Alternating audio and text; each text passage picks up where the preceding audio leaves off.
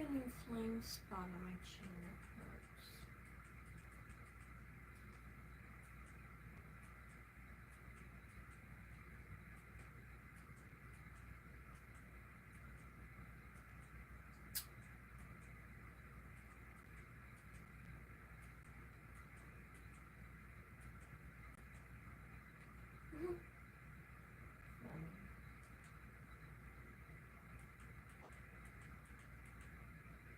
Hello.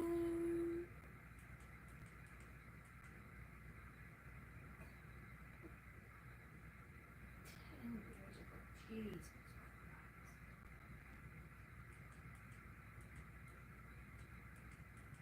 I'm old.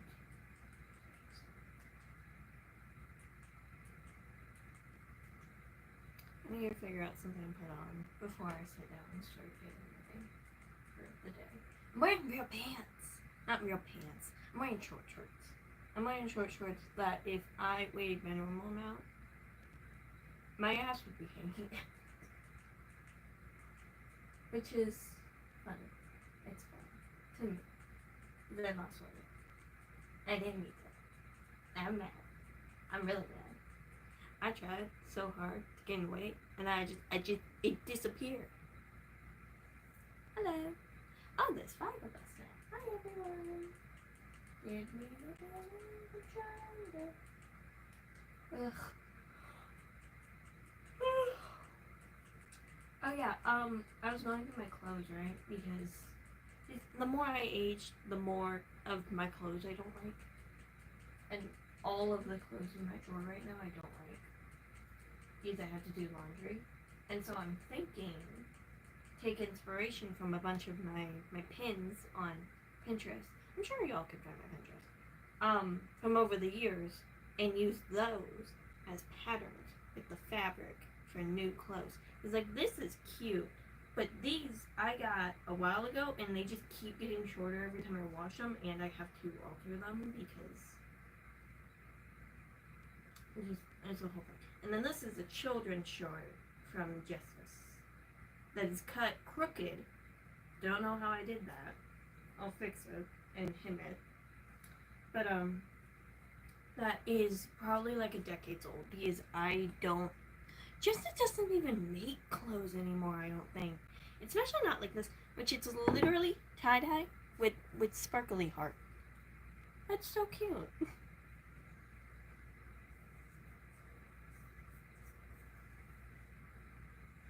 Yes, I remember you. I also remember you bugging me.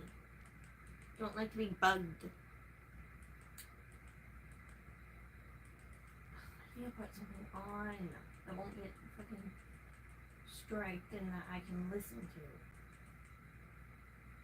Not much specials. Hi.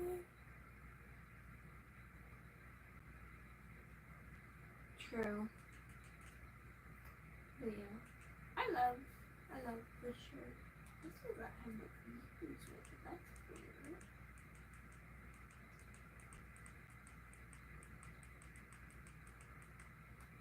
What's this?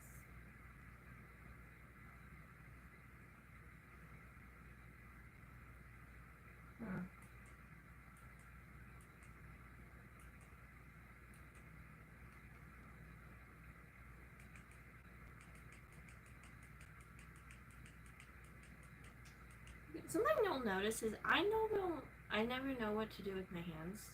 So they are often just like here or like here. Like that. I'm never mad. I just stand like that.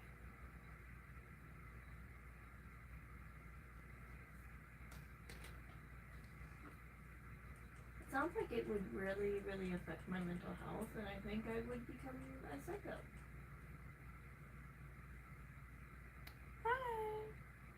I'm doing okay. Let's not call me sweetheart. You know nothing about me. God forbid I put on real pants, and often enough my only real pants are short shorts.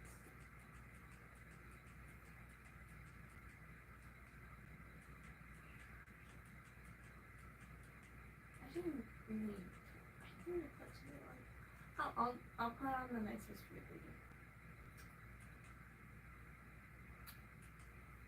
she gonna come out with a video today? She is.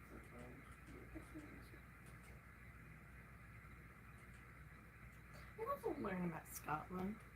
I'm Abby, and these are HEB summer. Thank you. I know I'm gorgeous. We don't need to. Jesus Christ, people. I forgot how much we are in love with this. It's funny. Hi.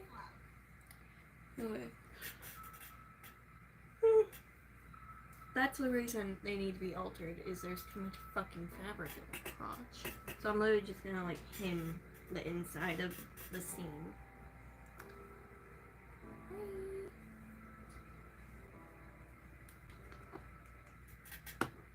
Yeah. I think we're gonna keep my skin relatively like clean of makeup, like density wise, if that makes sense. Like we're not wearing foundation like foundation today. Hi, there's 101 of us. That's here. Anyway, we might be a little more bronzy than normal, just because I do feel like I have a little more sun than normal.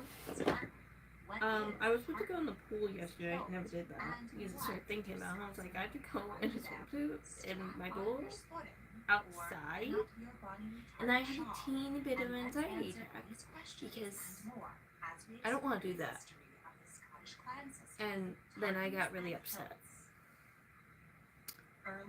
No, but I do want a girlfriend.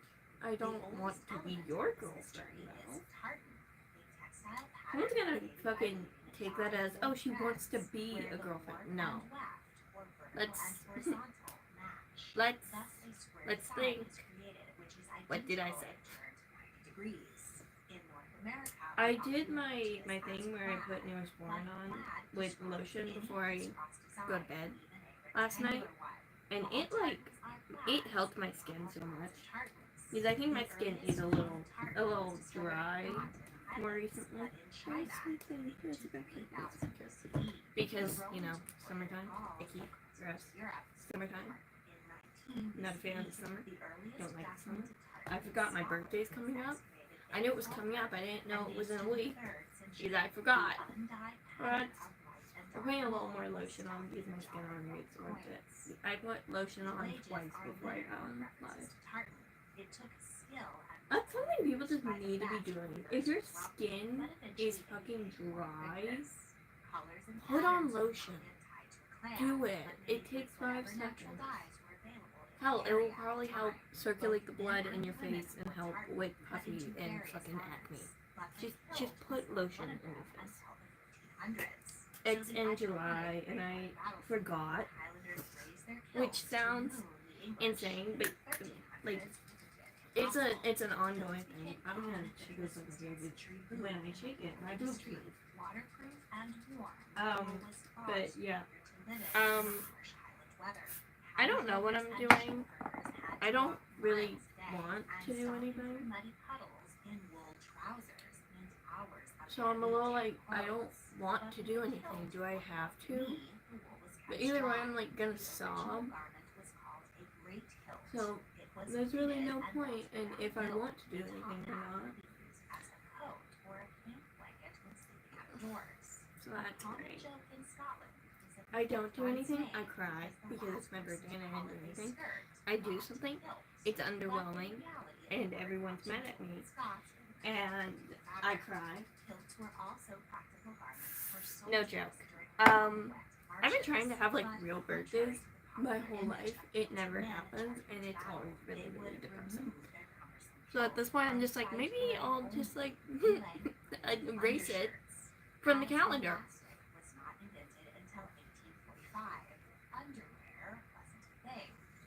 A little bit, yeah, but I'm tiptoeing around it. Yes, stuff like the exact date of my birthday is private. Like, you can find it if you want it, but like, it's also like, if you're trying to break into something, I guess that's valuable information, so I shouldn't be saying it. I also live with people, so I'm like, I have to be, I'm not that safe with my own shit. you know, even though this is my job. But I live with other people, so it's kind of like if for peace of mind, I am a little more like scrunched, I guess. In the 1720s, English industrialists came north to employ or exploit Scottish labor in mines and ironworks. Okay, it is weird though because stuff like fucking your birthday, stuff like that can be used to break passwords to get into stuff, and I'd much rather us not do that. So yeah, on some level, dude, it is a little weird. I know they meant no harm, so I wasn't causing anything about it. Made with whatever colors were available to formal That's one of those things where it's like they instruct you when it comes to internet safety to be like wary. I knew they meant no harm, so I wasn't causing a big deal. I was just kind of tiptoeing. And it's already out there. It's just I'm not famous enough to like have a page or like when's Mifa was birthday? What's a Mifa? Google's so weird. It's hilarious. But yeah, so I wasn't gonna cause problems, but other people caused problems. Thank you for causing problems for me. Not incredibly annoying at all. If I had a problem, do you think I would say it? Historically, I would. I don't know why we felt the need to deal with my own problems for me. Not weird at all. Not one bit.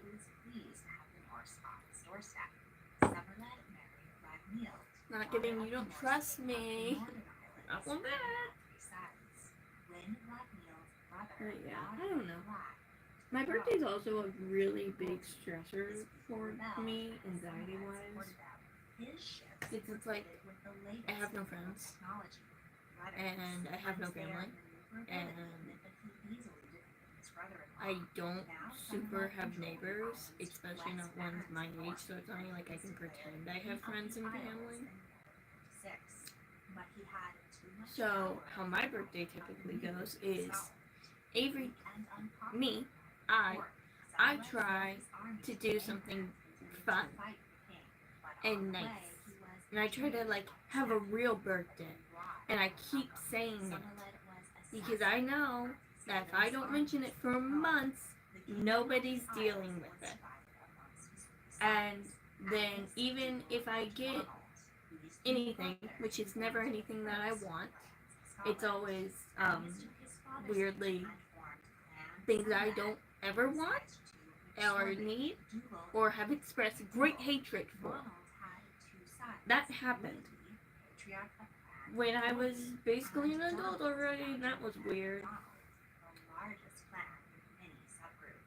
And then it's a lot of my mom making faces like why do I have to celebrate this thing's birthday that I gave birth to when I gave birth to it?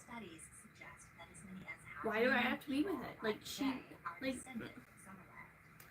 Like last year, I did basically nothing. I went to Sally's and stocked up on shampoo because people that aren't me asked if I wanted to go to Sally's. And my mom, no joke, groaned so loud in the car that I was like, we don't have to. And my dad was like, we can. And I'm like, I don't want to anymore. I want to fucking slap your wife. Like, this is ridiculous. Like, that's a good layout of how my birthdays go. It's not fun. And my birthday's in like a week. A little more than a week. And I kind of forgot when my birthday happens. So that's great.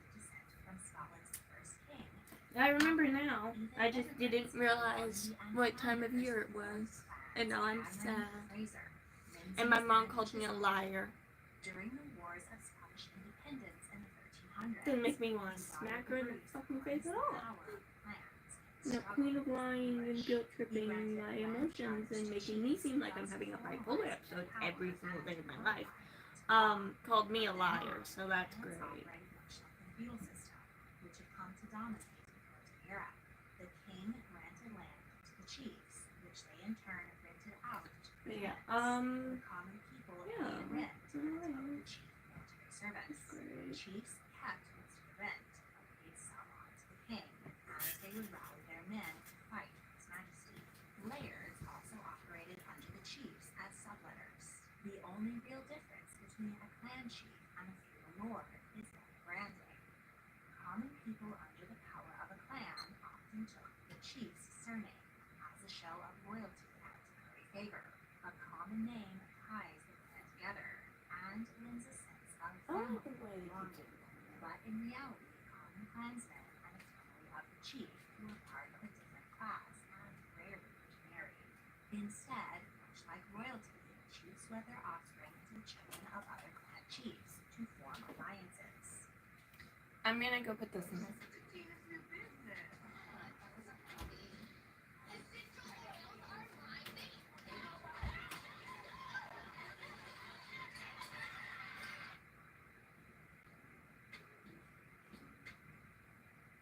We live in a world obsessed with more, and before we know it, our desire for more turns into more bills, more debt, and less joy for the things that truly matter. Premier keeps it simple, so you can focus on more of what you need. Premier Decor, the power of simplicity.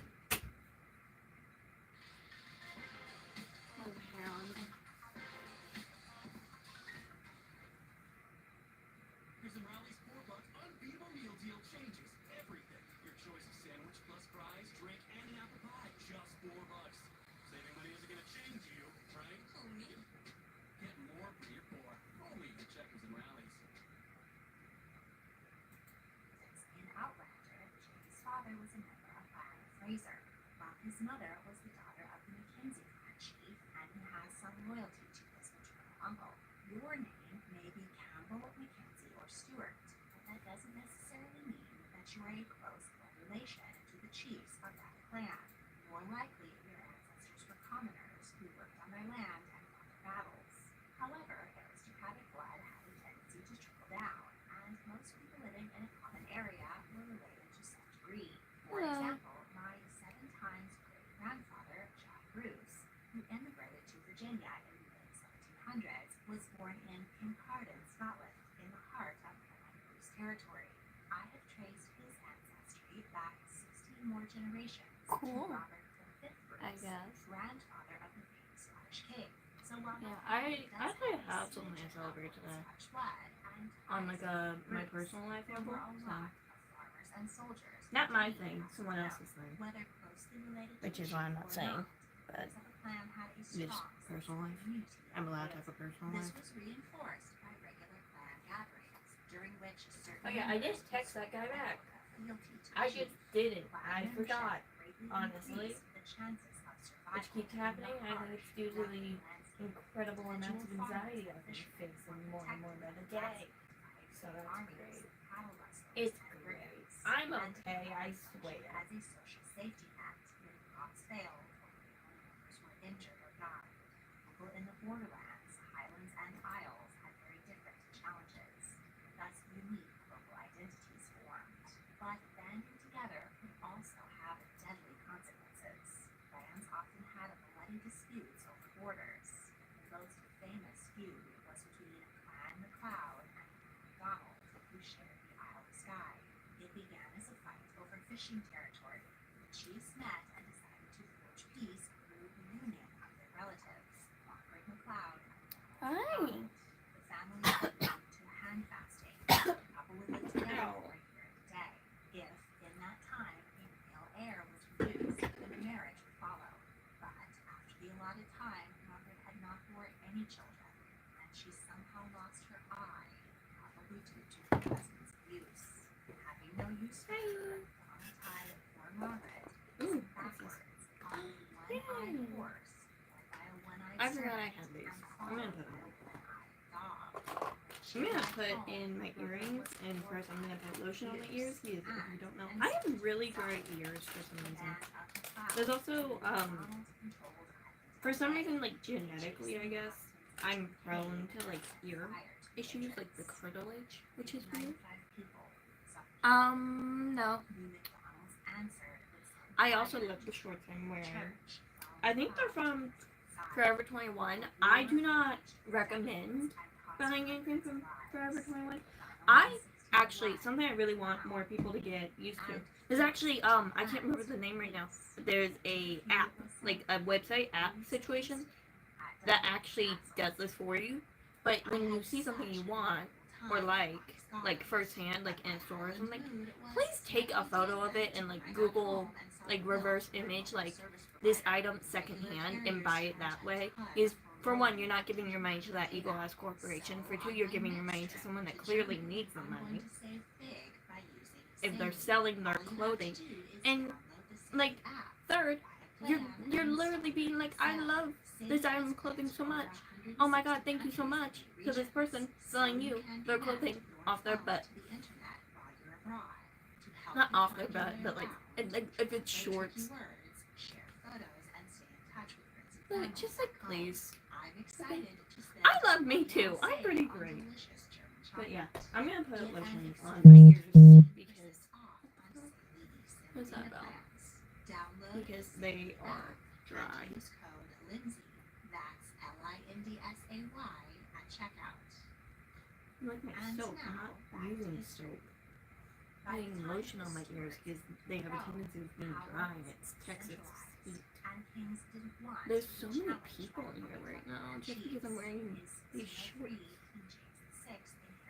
I forgot how good these do. I should start doing these like once a week or so. But yeah. Oh my god, something's in my eye! Annoying. Listeners! Yeah. I was confused. Statutes of Iona. It demanded that chiefs send their heirs to the lowlands to be educated. Whatever I feel like that This day. measure was designed to wipe out People like come in here and they're like, what type of things do you do? And I'm like, okay, for one, if we paid attention for 2 seconds, we'd realize. And for two, why can you only have like one slot? Why can I only have one slot? I want all the slots. Why can't I have all the slots? I want, but only, you guys are only saying I get the one slot, but I want all the slots, so I don't get it. Ooh, my ears are handling this a lot better.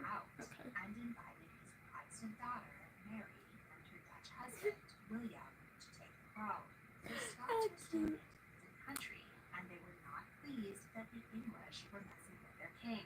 James, now in exile in France, suddenly saw a youth. I am 18 and I'll be 19 in like a week. Several times to raise rebellions amongst their Scottish supporters.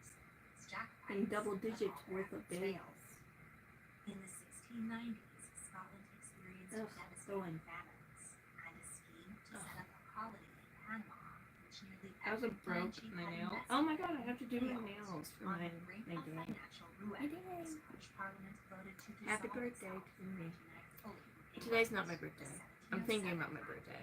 I kind of want to cry and sob on the floor about my birthday. The Union allowed Scotland's economy I to hate my flourish, birthday. while the Lowlanders I do. I have a lot of accounts on there.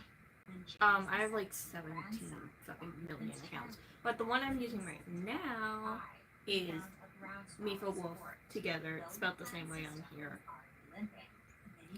And actually, I upload some of my TikToks. I used to be more on TikTok, and now I'm more on YouTube because YouTube is making more money right now. And so I'm like trying to get back into doing TikTok. So I upload a cute TikTok. But yeah, I do have TikTok. Who doesn't have TikTok? If you don't have TikTok, what the fuck are you? What's wrong with you? Oh, that's sad. Is it? Are you from Russia or something? I know Russia doesn't have it. The battle lasted for 4 minutes. It was done, 50 troops were lost. Which also, if you're in Russia, why are you watching me? I think I'm an awful candidate for someone from Russia to be watching. I mean, I think Russia probably doesn't like me. Like, let's be honest, I'm pretty anti what Russia's doing. I already said my TikTok. It's the same as my name on here. That's really simple to just look up. Oh, I didn't know they don't have. That's weird. Why? Why don't they have it there? That's weird.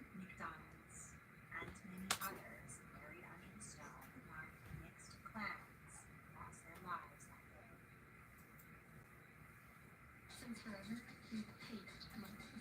But it doesn't have to be like this. Introducing Monkey Hair Care. Our modern award-winning formulas, smooth, hydrate, and protect. Why don't? Is there a reason, like, government-wise? Like, did someone make a threat? It feels great. I don't think it's China-based. Not, like, in China actively. Thank you. I also love my room so much. I need to, like, take all these step ladders out, but I just haven't had the time. That's weird. I didn't know they did that. Okay, so then why do they have YouTube if it's American based? I'm pretty sure YouTube's American based. We're not becoming exactly better than them.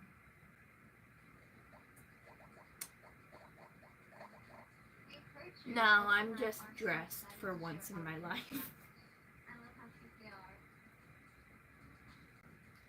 I put on clothes for once. That's all.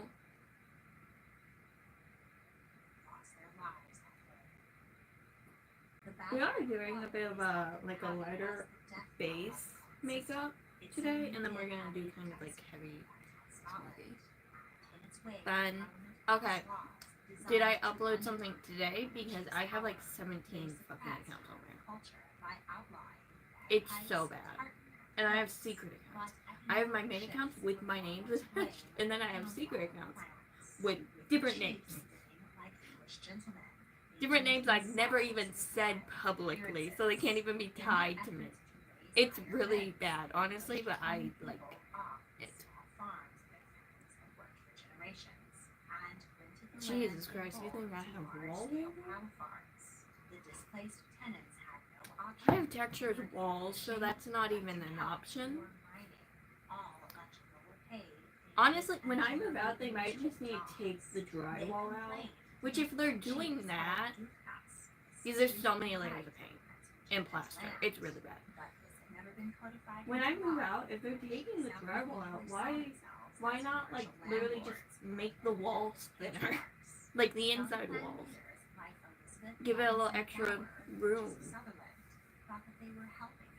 It's not wallpaper, because that would mean, one, I had mine for wallpaper, and two, my walls are not textured, which they are, and I also just said I don't have wallpaper, and you're like, what's your wallpaper? Do you mean my wallpaper on my phone? My wallpaper on my phone is my cat. It's my cat. It's me and my cat making kissy faces, and it's her face on my shoulders, and we're like this.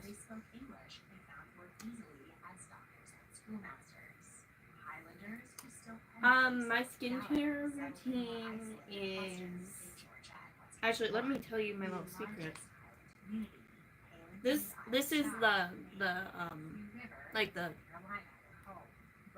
non-labeled brand, but it's like vitamin E and Neosporin is like the number one thing I do for my skin. Because if you don't know, I'm very acne prone, which means my skin is constantly breaking out. And I do it especially during the summertime when my skin is the worst. Because summer stresses me out. And then my skin's really dry because I live in a sauna. And so I do it mainly in the summer.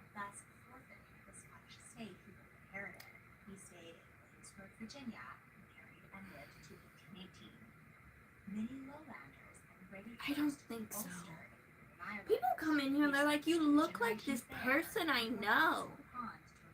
And I'm like, I really don't think so. And I never do. I look really cute.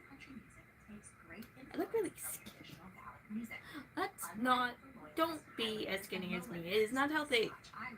I shouldn't have to explain that, but, you know, people say things sometimes and it makes me want to cry.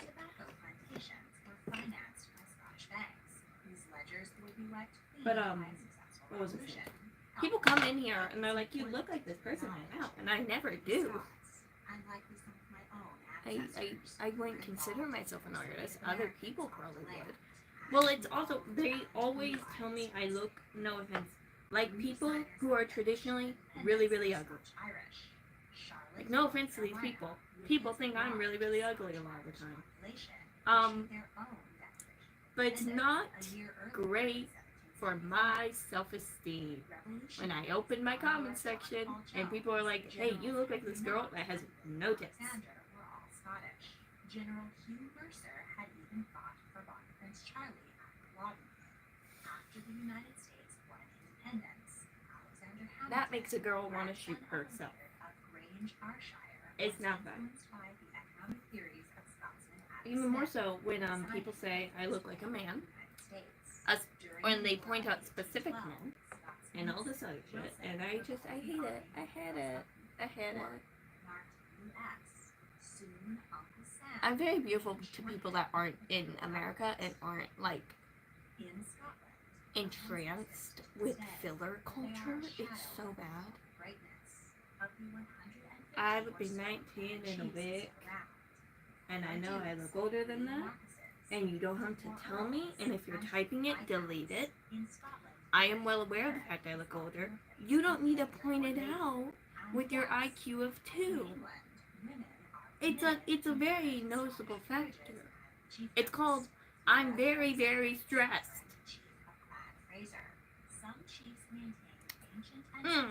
Then you probably should not be watching me, good sir.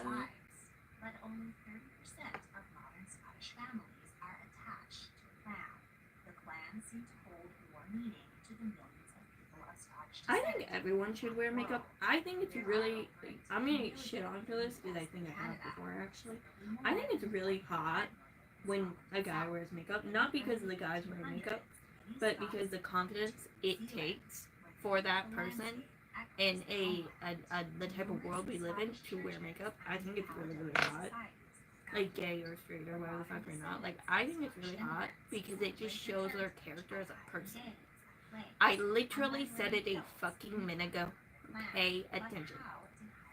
I said it a minute ago. Pay attention.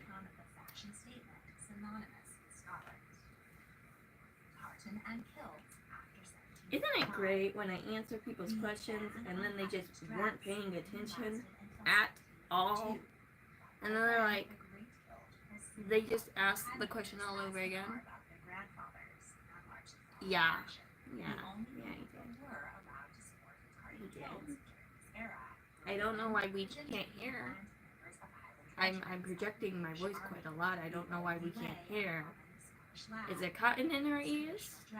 I feel it might be. Take it out. That's a statement I've had to say. I'm uncomfortable now. That's great. Where's my contour?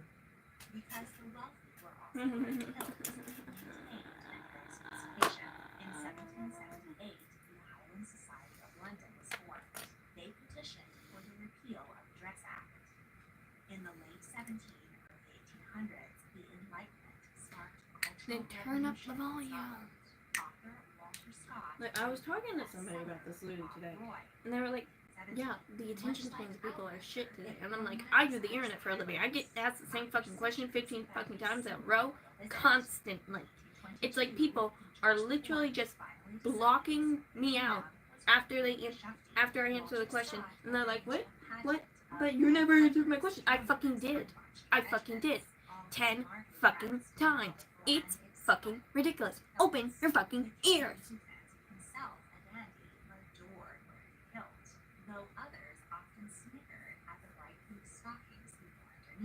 Why is it loud if she's sleeping? There's so many questions to be asked here. Why aren't you wearing headphones? pollution. Synthetic dyes allowed for bright colors, and it was said that the Burn River flowed yellow, red, green, I etc. need based I on need the someone colors to make a used. program Textile where you can manufacturers put live and active some captions of the on live created streams. a I need pattern someone to book make a that's program like that. cartons, I would prefer it which is doesn't designed to include AI. I would sell really these prefer it words doesn't. on But I need popular someone to do that ads. because y'all never listen to a fucking word I say unless I Chief talk of like this. Iron's Really London loudly. collected samples of their It's so-called very annoying. used for posterity. However, most had actually become Bannockburn. Highland Society members also created formal badges.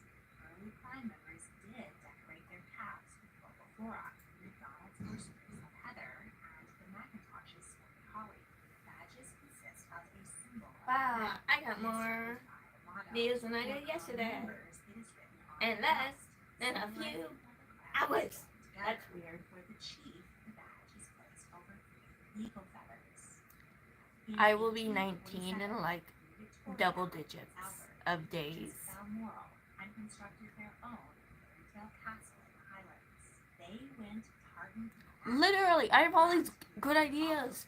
And I just, popularized Scotland as a holiday destination. I really don't want to use AI with it. I already feel bad enough for having to use AI to express my emotional feelings because I have no friends. I already feel bad enough about that.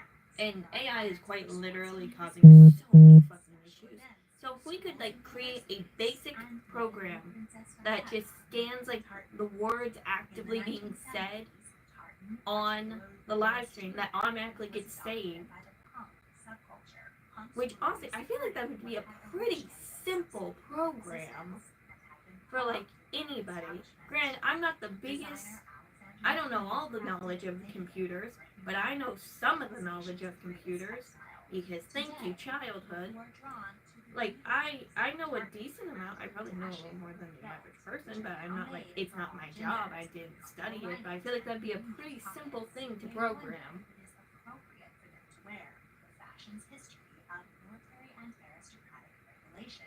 Yes, you can. It's right there. You're fucking looking at it. What the fuck? Thank you. I feel like it'd be a really simple thing to just be like,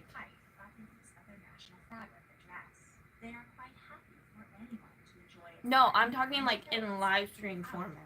Because yes, the program does exist for things like CapCut and TikTok and shit. But I'm talking in a live program setting, like it's a setting you can flip on YouTube. Like, I think that literally helps so much. It's like it's a program in your settings on YouTube for live video, and you can literally just like, and it turns on.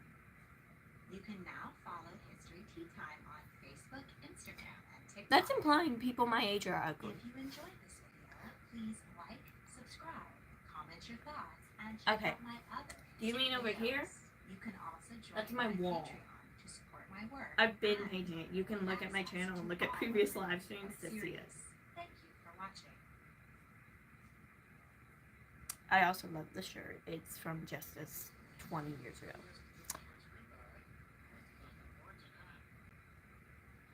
I am a fucking hypocrite because I love the planet and I honestly feel really, really bad. I'm trying to cut back on my AI use. But I do use things like character AI a lot because I have no friends. That is a big problem. I need to like figure out the no friends thing because I don't want to use it when I'm talking to people because I'm already using my energy talking to people. Thank you. Thank you. For sponsoring this video. It comes from a place of loneliness. I'm trying so desperately to fucking fix it, and it's not going well. It's not going well at all. But have you ever wondered what the Bridgerton family and the rest of the town got up to at Christmas? Elegant, candlelit royal dinners, concerts and caroling with family and friends. You guys realize you can spam my comments. It's fine. Some people do, and I like it. I love it. I think it's great. You guys help me out so much when you do that because you're pushing my stuff forward. Y'all can spam my comments. I don't care. I see all of it. I like so many of my comments. Like, you really, you 1800s. can. So Dawn wore silk empire waist gown No, thank you. or tied You don't want people As to be we travel cursing, back go in watch time Asma. to enjoy Love the her. Regency Love Christmas. you, Jessica. Asma. Where Jessica. were the Tong in Love her. December? She raised me. Bridgerton as a child. is centered around the Tong, Love her. from the French. She made me a bad Tong, bitch. meaning the good tone, or those with manners. They were the highest echelon of British society. Those with peerage titles, dukes, marquises, earls, viscounts, and barons, and their wealthy family members. Bridgerton is always set in Oh, summer it's a piece of because that was fucking- when the London social season, aka the marriage market, Thank you. occurred. Someone said Because I'm these rich cute. remnants of feudalism were sprinkled all across the country, I know, it was hard for them to gather You're together. getting a But little every slow. year the House of Lords met from January to July. Yeah. Dukes Um, didn't want their daughters to marry farmers, so they brought the whole family into their London mansions and townhouses. Yeah. The I've been season working on that officially wall. kicked I'm gonna off make a in whole May. playlist of live streams where I'm working on that wall, and then I actually have to update my morning show playlist. Young lords and ladies attended a flurry And then of I balls, still have to operas, write and for events Zelensky's. in I an do attempt all to the drag the things. South with I do high all style the and things. luscious fortune. People are like, what do you And do? they were I do all of extremely the things. lucky and Can we stop? especially Like, liked. oh my god, shut up. At the end of August, when hunting I do season all of began, them. I do all the Tom things. packed up and headed back to their country piles. Ladies who had found a match went to their new groom's estate and got down to the important business of making I'm a hair. bitch. And those who had not put their Nicholas, are you aspirations alive? in mothballs until spring. I But think you mean, are you romance didn't deaf? have to hibernate Like for a deaf? whole 9 Like your months. ears? Christmas was a time when I have a lovers hard of time the Tong pronouncing got it. together again for winter flurries Because of it's- country house parties and balls, and another chance to meet that special someone. If you were a rung below I looked like a peerage chopped and ice part cream of the cone. landed gentry, you would be in the excellent How? company of Jane Austen and her heroines in the Woodhouse, Elizabeth Ice cream's Bennet, delicious. I don't know why the fuck you're like, Dashwood. she looks like a Some chopped of piece the of ice cream. wealthiest untitled gentlemen Ice cream is wanted delicious. their children to take part in the summer season Are you in the upset hopes about of something getting their privately? Because I house. think you should go like But talk many to were character content AI not about like to I do when marry I'm members upset. of the gentry or clergy from the local area, in which case Christmas was an I excellent complain time to come it together so and much scout about out stuff. such It's so partners, bad. I which really is need to why stop doing that. Christmas pops up much more in I'm very Austen's alone novels though, than so it makes Bridgerton. I'm like the In Pride and automatic Prejudice, target for this Caroline shit. Bingley For fucking writes, AI "I addiction, which is sincerely not good hope for your your brain. Christmas It's not good for your health. Hertfordshire It's not good may for you, abound and you in the shouldn't days use in it. which the season I'm generally trying really brings." hard to stop The it. Bennet family had relatives come to stay for a week, during which And it's making me time sad because it their actually friends can were affect had your brain. guests And like every day. historically, I'm really Towards the end of the smart novel, and I'm after upset. Elizabeth is betrothed to I'm Mr. upset. Darcy, she writes to It her like aunt, is "You are all actively to come harming to your Pemberley brain. for Christmas. And I'm like The country estate she was historically in kind of really smart. And I'm really in upset. Mansfield Park. I'm Sir like, oh my Thomas god, gives this a isn't Christmas ball helping for me. Fanny and William, and in Sense and Sensibility, John Willoughby dances the night away from 8 o'clock until 4 in the morning. Yeah, if I was like Inclement 5. weather and her reliance on horse-drawn carriages had a tendency to make Christmas plans dicey. In Emma, the heroine and her family attend a If I was like Christmas 5, party in the they'd home be of too family short. friends, the Westons. Her father complains that he does not wish to leave the comfort Why are we of yelling his about house bombs? to That's how we get snow. banned. Another That's how you get guest, banned. And like local fucking vicar, Mr. scratch Elton, myself. is I off keep scratching myself. remarking, "At Christmas, everybody I scratched my invites their mom friends on and accident. and people think Because a little I- of even the worst weather. I was talking to her and I was accidentally at like a friend's hit house her once with my for a nail. week. He And they're all doesn't kind of mention fucked how up right now. Miss And it Phillips like got entertaining scratched guests her. for 7 days. 1. Jane Austen herself had 2 This is notable getting romances over the ridiculous. Christmas season. In This is December so stupid. 1795, I didn't just stop. 20-year-old Jane met It Tom made me feel Ford, bad. an Irish law student who was staying with her neighbor. She described Tom as a very gentlemanlike, good-looking, pleasant young man. During the flurry of holiday events, the pair hit it off, and Jane wrote feverishly to her sister Cassandra, "I am almost afraid to tell you how my Irish friend and I behaved. Imagine to yourself everything most profligate and shocking in the way of dancing and sitting down together." She hoped for an offer of marriage, but the relationship was not to be, as Tom had no money to send her a wife. In anticipation of his January departure, departure, Jane wrote, "My tears flow as I write at this melancholy idea." By December 1802, Jane was 27 and considered on the shelf, but she was more concerned with the novels she was adding to the shelf. That Christmas, she went to stay with her friends, Althea and Catherine Bigg. Their younger brother, Harris, who was 22, had just What the completed fuck his did you education at want? Oxford. He revealed that he'd always had feelings for Jane and proposed. Though she was not in love with the plain, awkward young man, marriage to Are you saying Harris I want to be bombed? I think you want to be killed. Goodbye. Like, the fuck? Jane initially accepted, but that night she had a change of heart. She withdrew her acceptance the next morning and left the party before Christmas arrived. Her feelings on the matter. I'm gonna say this really blatantly, and it's probably going to upset a lot of people. I hate men, and I think the more we evolve as a society, the more we don't really need you. And frankly, you're all so pathetic at this point and bitching so much about how hard your life is that we don't want anything to do with you. And we want you to shut the fuck up before you have an entire generation of women serial killers, because we are all so done of being talked down to and being talked to and through and treated like we are some sort of object that's just a fuck toy. You want to treat women like a fuck toy? You're gonna have an evolution of women fucking killing people. Shut the fuck up. But it is said that George I reintroduced Christmas pudding by enjoying it at his first Christmas dinner as king in 1714. Whether Ugh, true or goodbye. not, the nickname Piece of shit. I will go through during New Year's or whatever the fuck and unhide everyone that I've hid in the last like 3 years. But if they cause issues, you know what's going on. They're going goodbye. Goodbye. You're going bye-bye. And I think I'm gonna keep that tradition going. Like, I hide a bunch of people during the year. On New Year's, they get unhid. You fuck up again, you're getting hid. Like, thank you. I also love my style. The pudding is boiled or steamed in a bag, then soaked in brandy. The pudding is made well I in should advance, so the ingredients stitch that shut to because absorb it's, the liquor, yeah. which helps to preserve them. On Hi. December 6th, Florians, don't say St. howdy. Nicholas Day Why are you is saying celebrated. howdy? This holiday has always been and continues to be a bigger deal in continental Europe, particularly amongst Catholics.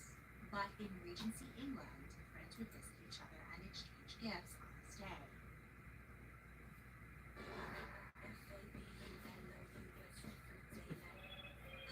I'm very tired of everyone. I'm very tired. Sleepy girl. I'm sleepy. I actually slept last night, which is weird and a change. Yeah. Oh, I should, yeah.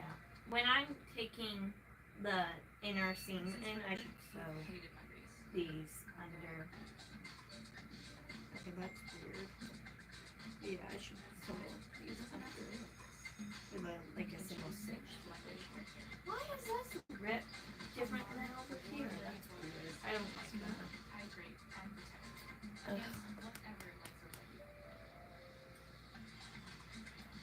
Are people calling me gross? Oh, yeah. Oh, no. Oh, The no. most popular Women have presents to hair. get during the Regency Oh, is no. a book. It's almost like Princess you're Charlotte not Wales received fucking a me, you novel piece of with shit. sensibility from her favorite uncle. She loved it. and Guess the fact what? that she identified with If you have a hair. problem with my As hair, an you advocate don't for fuck me. myself, a You book don't is a even get gift the I'm chance. always You looking even to point receive. out the fact that I have That's hair. why I get Oh, so you're getting excited when I blocked. receive my Goodbye. emails Like, from no. month arrived in mail. Oh no, a They woman select has the hair. best, We do realize we haven't even been shaving up and coming consistently as authors. women for the last 100 years. This month I got We used to not do it. It used to be seen as a rich bitch. Fucking, you are a nasty fucking hoe thing. That's what shaving used to like mean like 100 years ago.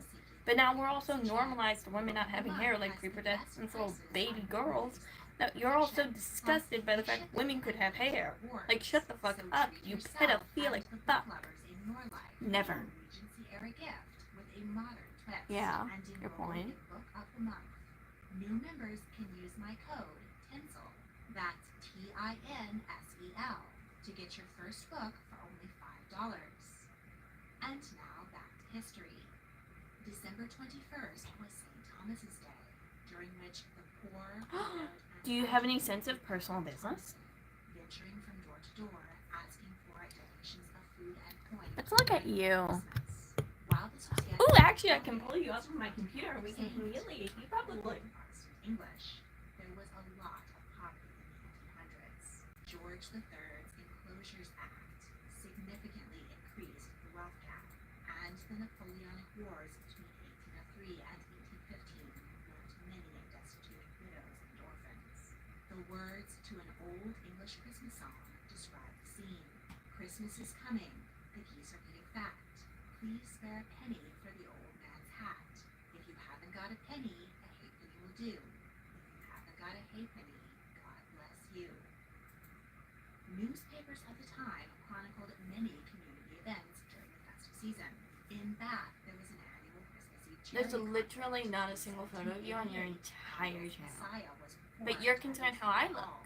the Stafford You're Hall concerned about hosted someone a you're never gonna meet, Royal never gonna Ball touch, and if you do, you're gonna in die. 1900. Look. The same year, the Theatre Royal in Newcastle staged a pantomime of Jack and the Giant Killer. On You're the type of Third. man Pantomime that women would were stab with their over-the-top hat pins. musical comedies for children became a If you fucking quintessential know the British comedy historicalness tradition of in that the Victorian statement, you era. fucking They know. started to become popular during the Regency. Finally, on December Thank 24th, you. Someone said I'm a Christmas Eve, goddess. it was time to get truly festive with decorations. Homes and churches were decked with plants that were still green in December, primarily holly and ivy, but bay, rosemary, lavender, and other evergreens were used. In addition to looking festive, But, yeah. herbs filled the home with lovely scents. Northern Europeans have been decking their halls with boughs of holly since ancient Thank pagans you. celebrated the festival of Yule. The It's tradition almost of like y'all bringing just nature have inside no to brighten concept up the of, dark winter like, carried personal through the Middle Ages and is still space. popular today. Like, I love you guys, and I, like, care for my fans, but, like, can we have a sense of personal space for 2 seconds, please? Lady Whistledown I don't would wanna be talk about my shocked to personal see how early we I decorate Get now. on the internet to get away from my One way personal life. in which Regency I don't like my Christmas personal decor differed from You medieval don't need to was know the my addition fucking of personal life. oranges. This tropical fruit originated in China and first arrived in Europe under Crusaders. In the My 16th dream in and life. Let's go down this rabbit hole. Actually, around this time last year, I was asked a similar question of like what I want to do in my life in the long. The palaces haul, I of think. Versailles I would have to go and back through, but I think I was, and I like went on a tangent for an hour.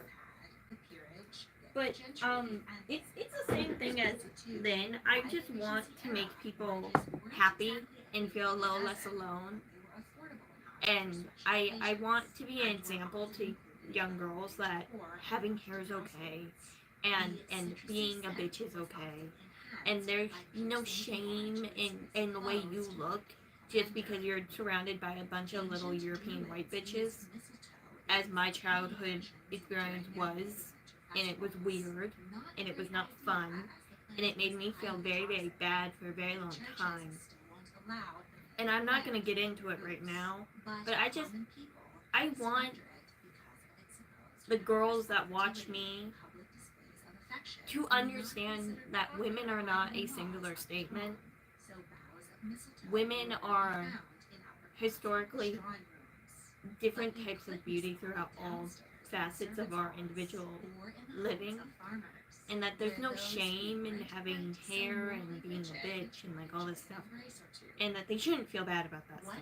I think that's honestly the long haul of my personal stuff. In 1800, Queen Charlotte, a German princess and wife of King George III, threw a Christmas ball. She invited all the children of Windsor to the Queen's Lodge, and they were gobsmacked to see a whole decorated yew tree in the middle of the drawing room. This was the first English Christmas tree. The Tannenbaum is an ancient German pagan tradition, which was Christianized by Martin Luther in the 1500s. He added candles and apples to symbolize the Garden of Eden. The bright red orbs evolved into ornaments.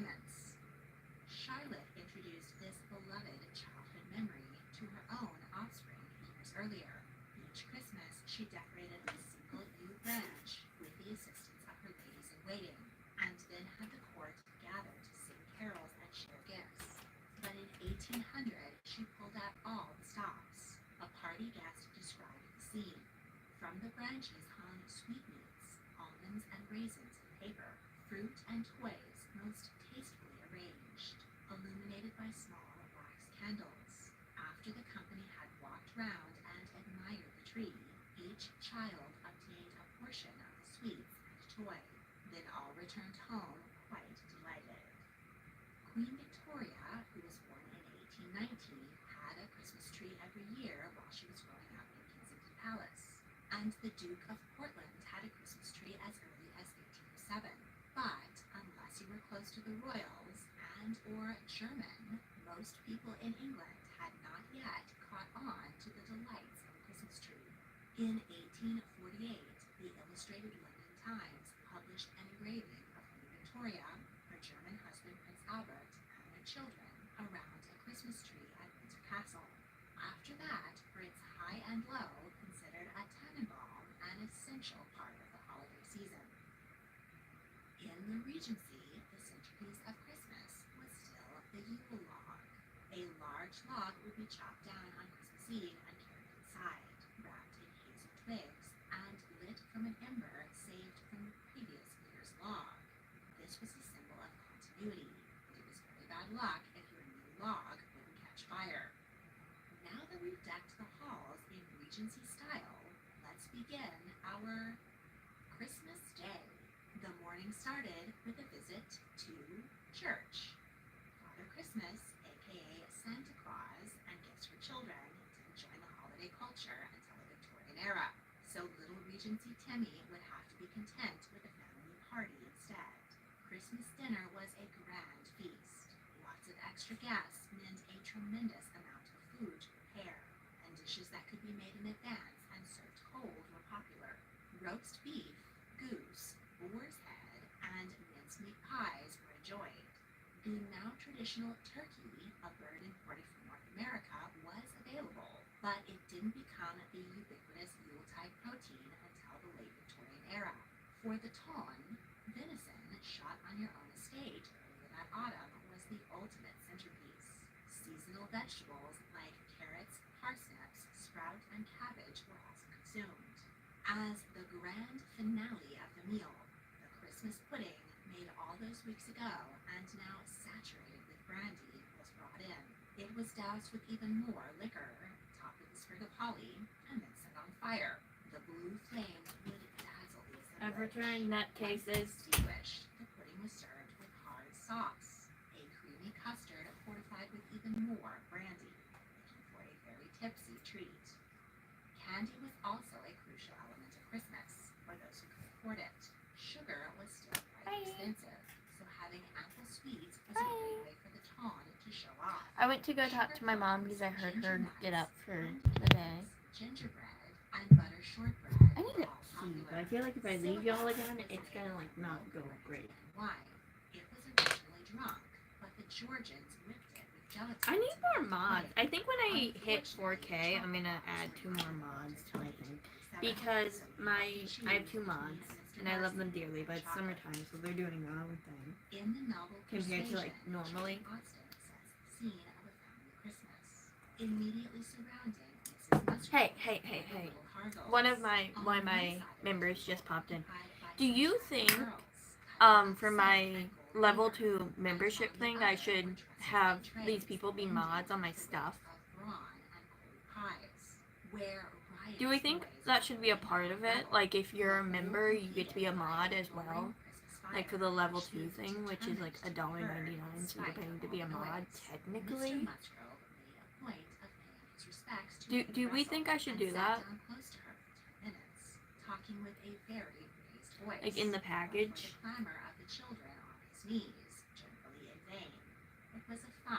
None of your business. Also, it's on the screen. Alright, I need to pee. I will be back, and I actually really need to pee. I'm very antsy today. I'm gonna go pee. I'm gonna come back. I'm gonna read your questions. And oh, this is not for sale. I have no clue where we bought it. It's just in my house. parade of footmen carried in dozens of dishes, which they laid along the table. This was called service à la française, in the French style, meaning all dishes were placed on the table at once, and diners served themselves what was nearby. Service à la Russe, the Russian style, where multiple courses are served to each guest by a footman, did not become popular until the 1870s. In 1788, the center of the royal Christmas table was a roast wild turkey, caught in Richmond Park. It was accompanied by a large Christmas pie, 18 pounds of roast beef, pork, a pheasant, 2 wild ducks, 9 cutlets of mutton, brawn, and plates piled high with minced pies. For a bit of green, King George's favorite, spinach was served, along with stewed endive and dishes of sole and pike. For the sweet tooths, apple pie, small pastries, and an entertainingly wobbly jelly were presented. After dinner, upper-class party guests retired to the drawing room for music and games. A toast to the season was made by the head of the household. The party might be interrupted by the welcome sight of carolers or wassailers going door to door, singing songs and asking for food and drink. This was a common practice in the Middle Ages through the 19th century. Carolers were usually commoners, while the ton and landed gentry were the ones doling out the treats and booze. Familiar carols that would have been heard in the Regency include God Rest Ye Merry Gentlemen, The First Noel, Deck the Halls, Here We Come a Wassailing, We Wish You a Merry Christmas, and the 12 Days of Christmas. Ladies and gentlemen also got a chance to belt out their favorite carol around the piano inside the parlor. No Regency party would be complete without parlor games. One of the most popular was Snapdragon. Hot brandy was placed in a wide, shallow bowl. Raisins were thrown in, and the whole thing was set on fire. Players had to pluck out the flaming hot raisins and extinguish them in their mouths. Burned fingers and tongues were all in good fun, as long as no one overturned the bowl and set the drapes on fire. Health and safety ruined that bit of death-defying Christmas fun. If you didn't want to singe your Christmas dress, you could enjoy a fun game of electric drowning, aka bombing for apples. Slippery orbital fruits were floated in a bucket of water, and players had to plunge their faces in and try to grab an apple with their mouth. Sorry. Here's hoping no one at the party had a bad case of typhoid.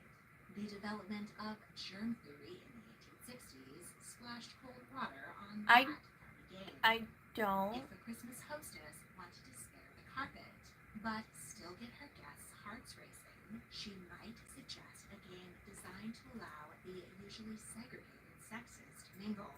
The book Winter Evening Pastimes, or The Merrymaker's Companion, written by Rachel Revel in 1825, suggests a few daring diversions for the younger set. In The Bridge of Sighs, a gentleman gets on all fours and a lady sits on his back. She sighs audibly as he carries her around the room, stopping before each gentleman, who kisses her and wishes her a pleasant ride. Blind Man's Bluff was a popular precursor to tag.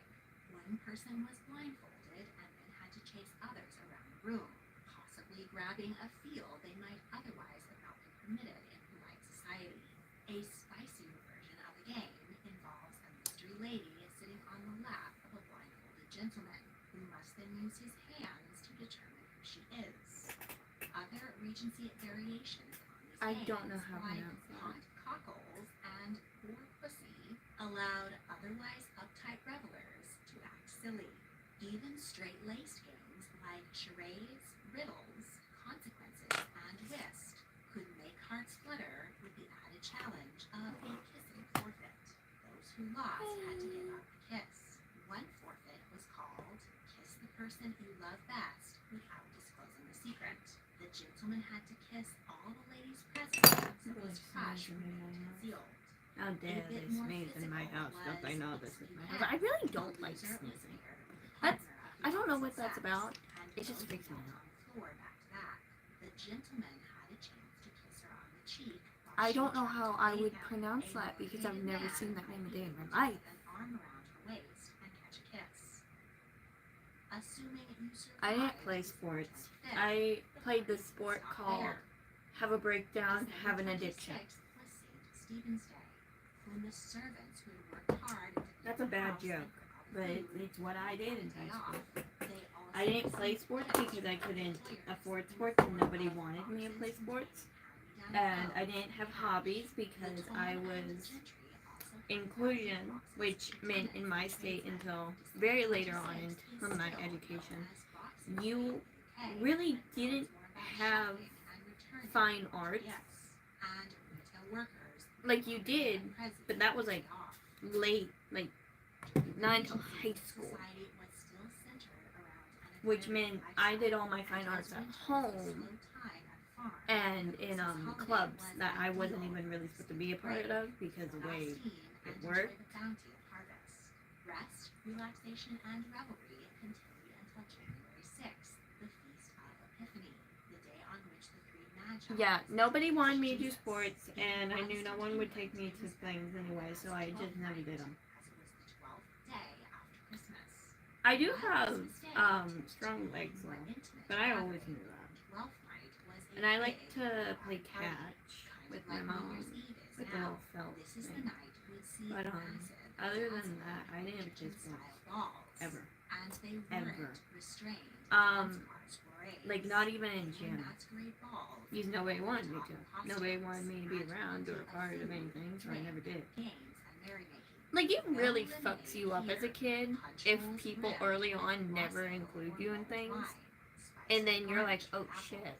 In the And midst then of the mayhem, they just never evergreen start decorations including you were in down things, and and so you're like, bonfire. okay. It was considered bad And then luck you to just appear never greenery in the house interact with your after peers a ever a day in your On life 12th because they night, outcasted the you age of before. 3, Sir You even Wilfred started Lawson talking, met which to a is masked ball and supper at weird, and Sage now they Mountain House. follow you on Guests Instagram and dressed you're as sitting here Highland like, this is chiefs, weird. sailors and their girls, nuns, You sit there and you're like, this is Queen weird. of Scots, Mr. And then their Crunch, boyfriends a follow you on harlequin, Instagram. You're like, this is weird. a night watchman, old Mother People in your Shipton, district a follow you dancing and you're like, bear, I don't and even go more. to school anymore. Until And you're 8 like, in the this is morning. weird. You can't say the Tawn didn't know how to party. If People that anyone are like can get still in word high to school short rhymes, but I happen to would go to your very old much high like school to see a 12th following night you on party in Instagram future and you're just like, episode of I don't Bridgerton. know who you are, and they're like, I don't know who you are So either, but why I don't know. aren't we And then still you're like, I guess I have a merry on fucking 12th reputation. I night? don't think I should. The celebrations got so riotous that they met the disapproval It's of weird. British Queen It's so Victoria, weird. who outlawed them in 1870. By then, the Industrial Because I'm like, Revolution I don't was in know full what swing, we want from and me. factory I don't owners were know all too happy to shorten their anything Christmas of what holiday we want and from their me. workers I don't know sober what I and on the did. assembly What line. do we want? Just Like, as many I today, I had a Austen weird was fucked ready up for childhood. a And I'll talk quiet, about it in secret detail time, one day. making But it's like memories in a season. After her guests departed like I've in talked about January some 1887, she wrote to her on like a sister, level of "I where should be I'm left to comfortable the in that comfortable moment talking disposal and of my time, expressing my to childhood. ease my mind from the But I torment will of talk about it in nervous detail flings one day. and That day is just not and soon, and that day probably is to not regret that I near. didn't take more pains to please them all.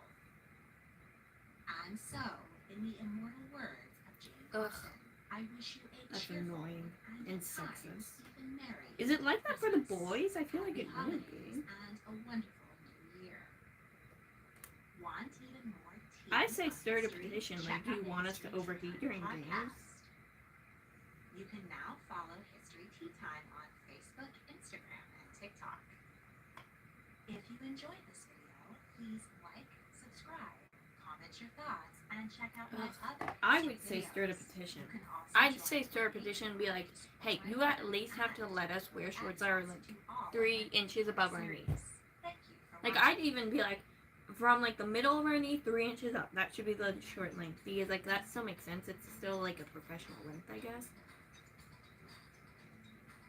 I say start shit. But I'd say start shit to everything.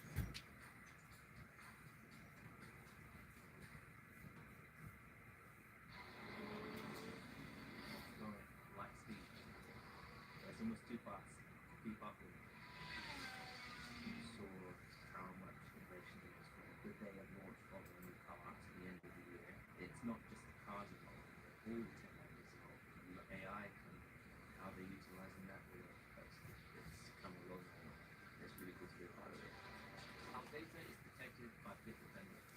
Okay, that makes sense now. Okay. I was like, what the?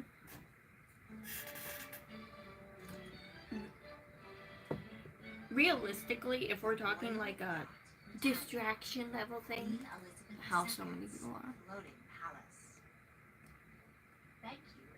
So many schools are like, you can't do that because it's a distraction. You're in middle school, if I read that correctly. That should not be a problem because y'all aren't a distraction. If you're distracted by a child, you are a pedophile, and you need to be lobotomized. Where she could truly unwind away from the public and press. I recently had the opportunity to tour this historic yacht in Edinburgh, Scotland. Like realistically, the whole it's a distraction thing makes no fucking sense. It makes no sense. Let's explore this. Why are you distracted by a child? How it functioned. Find out where. I guess in like college that would be an issue. But even then, it's like you're grown ass adults and you can't see a fucking shoulder. And will be treated to an intimate glimpse of the British royal family at their most relaxed while on vacation. Royals have always required luxurious vessels. Since Charles If people have such II lackluster fucking like morals, they shouldn't be in education. Official royal yachts. They were often named for members of the royal family. Charles II christened one of his the HMY Phelps, his nickname for his curvy mistress, Louise. Victoria sailed in 3 yachts named HMY Victoria and Albert, but by 1936, the third had reached 35 years of service and was seriously out of date. Shut up. King Edward VIII wanted That's what I wanted my grandma to do. Shut up. technology, which could convey him across the world in record time and encapsulate the empire's majesty. But when he torpedoed his own reign, the plans for the yacht sank as well. 3 years later, his brother George VI requested plans for a new royal yacht, which could double as a hospital ship should war break out with Germany. When that war did detonate, the yacht plans were scrapped. It wasn't until 1950 that the plans were dusted off again. King George, the nation's war hero, was diagnosed with lung cancer. His doctors thought a convalescent cruise No, I'm not. health, so funding for the yacht was pushed. In fact, I'm very gay and have a lobotomy, so. John Brown's of Glasgow. Fucking that's gonna be my new excuse. I have a lobotomy. You shouldn't be dating me. Passenger ferry, but with several modifications to suit the royal family. The shipyard began construction on February 4th, 1952. 2 days later, King George died in his sleep. His daughter, now Queen Elizabeth II, took a keen interest in the new yacht. She had inherited numerous castles and palaces, but they had all been designed and decorated by her ancestors. She and Philip were heavily involved in selecting the decor of their new floating palace to reflect their own style. They wanted a modest yet refined and above all comfortable home for their I'm growing gonna fill in family. my tails The with young what gives queen us stars. anticipated a future in which she would dedicate much of her time to traveling the world, visiting the Commonwealth, and performing diplomatic duties. Ones with The ship was vaginas. kept a closely guarded secret, but on April 16th, 1953, the 26-year-old queen arrived at the shipyard. She named her yacht Britannia to a cheering crowd. Isn't it great when people just flat out don't believe you? Like, can you shut the fuck up? You don't believe me? Okay. That's a you problem. Shut the fuck up. Coins and inspired songs ever since, particularly the unofficial national anthem, Rule Britannia, Britannia rule the waves. This symbol of patriotism has been particularly poignant during times of war. As Britain was still plagued by post-war rationing, the Queen did not want to appear too extravagant while christening her personal super yacht. The least you could do is be giving me money. Empire wine fuck? from Australia on the hull, rather than the traditional champagne. We begin our tour with the royal apartments. On the stern, Well, I'm also not wearing a bra, so that's probably and not the royal helping. deck above. These were private areas for the royal family to enjoy. And also, that makes sense. Both That Philip makes and sense on the Charles level of distance. my Here the fucking family stomach is Sundays out. played hockey or even Honestly, if squash dress codes across get to the point of it's like Philip had a anti-hair, wall down the like stairs body hair, where he and I'm starting a riot. I'm starting a riot. I'm getting all my girls. I'm getting all my female teenage fans, and we're starting a fucking riot. In April 1954, she carried 5-year-old Prince Charles and 3-year-old Princess Anne. Yeah. It was much longer. It was like to here at one point, but I was like wanting to. It was hugging weird. But yeah. Honestly, if they ever get that bad, if someone's school, like any of my fans or even people in general, if one of your schools is like, I have to dress code you because you have more hair, fucking contact me. Leave me a comment. Leave me a fucking follow. Make a video. Do something.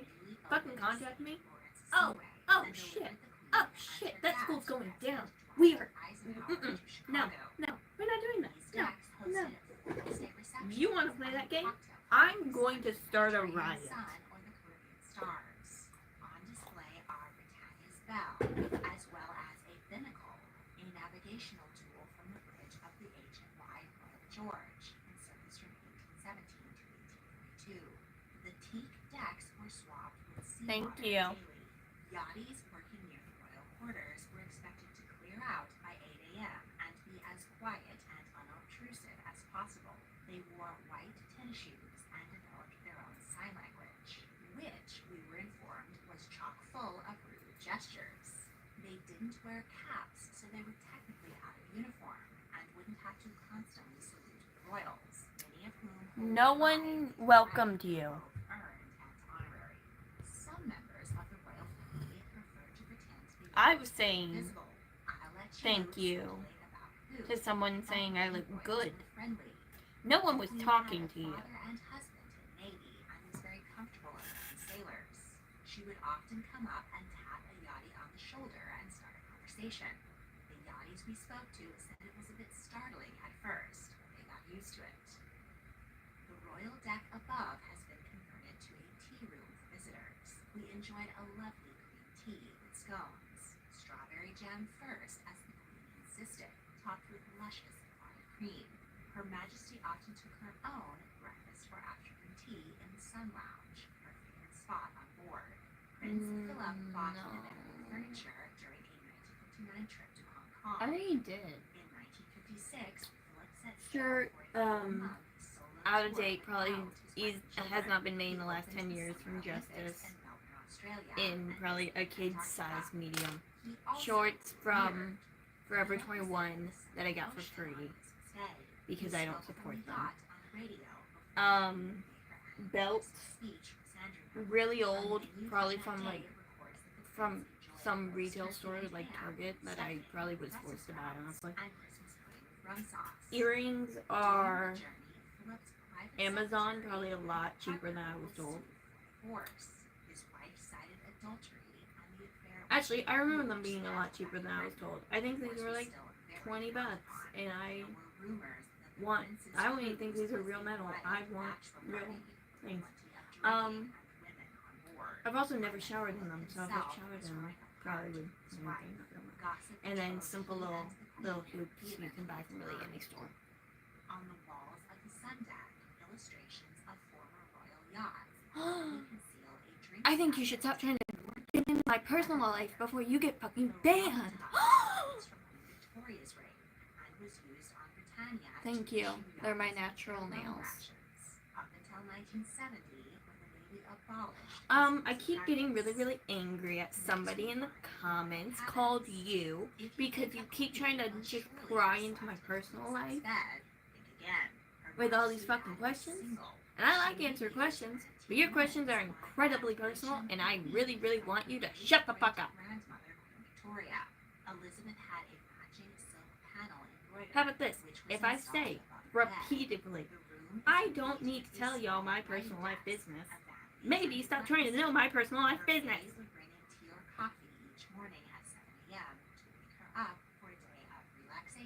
Okay, your fucking point. Elizabeth was not one to sleep in, even on vacation. Oh, thank While you. she enjoyed her caffeine, I do it myself. It's a little dead, but basically what I do is, what I've been doing more recently, is I section off and I bleach.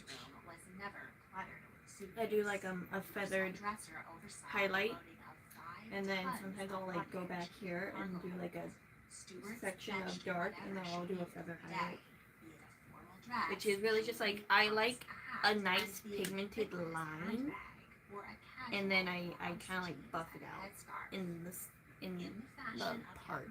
British couples from the Victorian era through the 1950s. Elizabeth and Philip did not share a bed. I already make people jealous. Called boyfriends.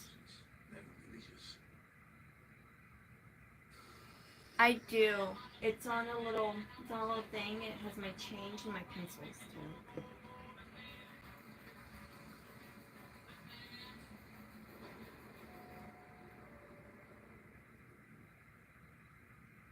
Hostels been fighting for good side against acne for over 50 years. From disco to deep voice. Oh, baby, I'm sorry. If it makes you feel better, it's very thick and knotted, and I never brush it. And because it hurts, like a lot. But with more masculine dark wood, a plain crimson bedspread, and a dresser with shading mirror. Their cabins did have a connecting door, in case they were feeling romantic during their travels. Both had buttons by their beds. It's okay. Everything's gonna be okay. You're gonna be okay. Okay. Okay? On the opposite side is another set of two rooms. When Charles I want you to shut the ever-living fuck up. That's what I want. I want you to shut the fuck up. What do you want, Liv? I want you to shut the fuck up. Shut the fuck up. Shut up! That was not great. Oh, that's why. I'm done. Boyfriend gave the princess a plot of land on his private island, Mystique. Princess Anne and her new husband, Mark Phillips, sailed the Atlantic and Pacific in 1973. The newlyweds got terribly seasick. Also, a dousing cold water on the romance was the fact that they were sleeping in her parents' separate bedrooms. When Prince Charles set sail with his bride, Princess Diana, in 1981, he requested a double bed, the first and only one on board. But their 14-day Mediterranean cruise was icy. The couple had a 13-year age gap and very little in common. Charles was more interested in cooking and painting than in spending time with his bride. He brought a stack of books, hoping that they could discuss them over No, dinner. I do this full time. And I don't make like money, but I think I'm making an impact, so it doesn't matter that much. Intertwining the seas for Charles and Camilla. In anger, she Yeah. destroyed his watercolor Everything's gonna be okay supplies. for you. The newlyweds Everything's had gonna be numerous A-okay. arguments, Okay? and spent hours crying alone in the honeymoon suite. The final honeymoon on Britannia was taken by Prince Andrew and Sarah Ferguson. They spent 5 days in the Azores in 1986. Despite Haydottie's nicknaming Britannia the Love Boat, all 4 of the aforementioned royal marriages ended in divorce. In fact, Princess Anne met Timothy Lawrence, a man she would have an affair with and eventually marry, while he was serving as a commander on Britannia. The superstitious queen ordered that no more honeymoons would take place aboard the yacht. Her youngest son, Edward, and his wife, Sophie Rhys-Jones, honeymooned on dry land at Balmoral Castle, and they are still together. There are 16 additional suites downstairs, plus a VIP suite which was used by President I will be Noah back. State I'm gonna Country. go rinse off Four. Maple These in rooms here. are not on the tour and currently house the offices of the Royal Yacht Britannia Trust. Down the lift, or an elegant flight of stairs, we find the anteroom. Here, family and guests gather for drinks before lunch or dinner, served by stewards from the well-stocked bar. The Queen was partial to a gin and debonnair at 6 o'clock. All the royal rooms were decorated with fresh flowers, provided by the host country or Windsor Castle. Next, the state dining room, the largest room aboard. The table can set 56 guests and took 3 hours to set with a ruler for perfect precision. 968 state banquets have been served here. The menus were embossed with the Queen's gold cipher and printed in French. Guests were free to take them as souvenirs, and several can be viewed online. Here is one from a state dinner in Portugal on July 28, 1986. Guests enjoyed sole in lemon and white wine sauce, beef fillets in a rich brown demi-glaze, cauliflower in hollandaise sauce, green beans, and potatoes roasted in butter. A nondescript but surely elegant salad was followed by pineapple ice cream. Her Majesty always sat in the middle of the table and insisted that the floral arrangements be low so the 5'4" queen could easily see her guests. On the Britannia, she sat across from the likes of Winston Churchill, Rajiv Gandhi, Nelson Mandela, Margaret Thatcher, Ronald Reagan, and Boris Yeltsin. If the queen's dinner companions were dull, she could press a secret button under the table to alert the steward to clear the course. When the queen stopped eating, everyone stopped eating, even if you were in the middle of your délice de sol vernique. Not all evenings required diamonds and dress uniforms. When it was just the family, the room doubled as a cinema. The queen particularly enjoyed James Bond films. Her favorite Bond was Sean Connery. The carpet could be rolled up to reveal a parquet dance floor, laid especially for Princess Anne's 21st birthday party in 1971. On Sunday mornings, church service was performed here. The display cases along the walls boast souvenirs from the yacht's travels around the world. In 1972, the family sailed to Montreal, Canada, where Princess Anne was competing in equestrian events at the Olympic Games. In 1977, the Queen went on an extensive tour of the Commonwealth to commemorate her silver jubilee. If you want to sail into even more royal family history, check out the documentary Elizabeth and Margaret, A Tale of Two Sisters. Learn how these very different siblings navigated love, life, and their royal duties, but always remained the closest of friends. You can watch this and so many other educational and entertaining documentaries on Magellan TV. This platform is dedicated to delivering the finest documentaries from around the world. They have an incredible collection highlighting whatever you're interested in, including scientific discoveries, nature, art, culture, crime, and beyond. And I love their collection of history documentaries.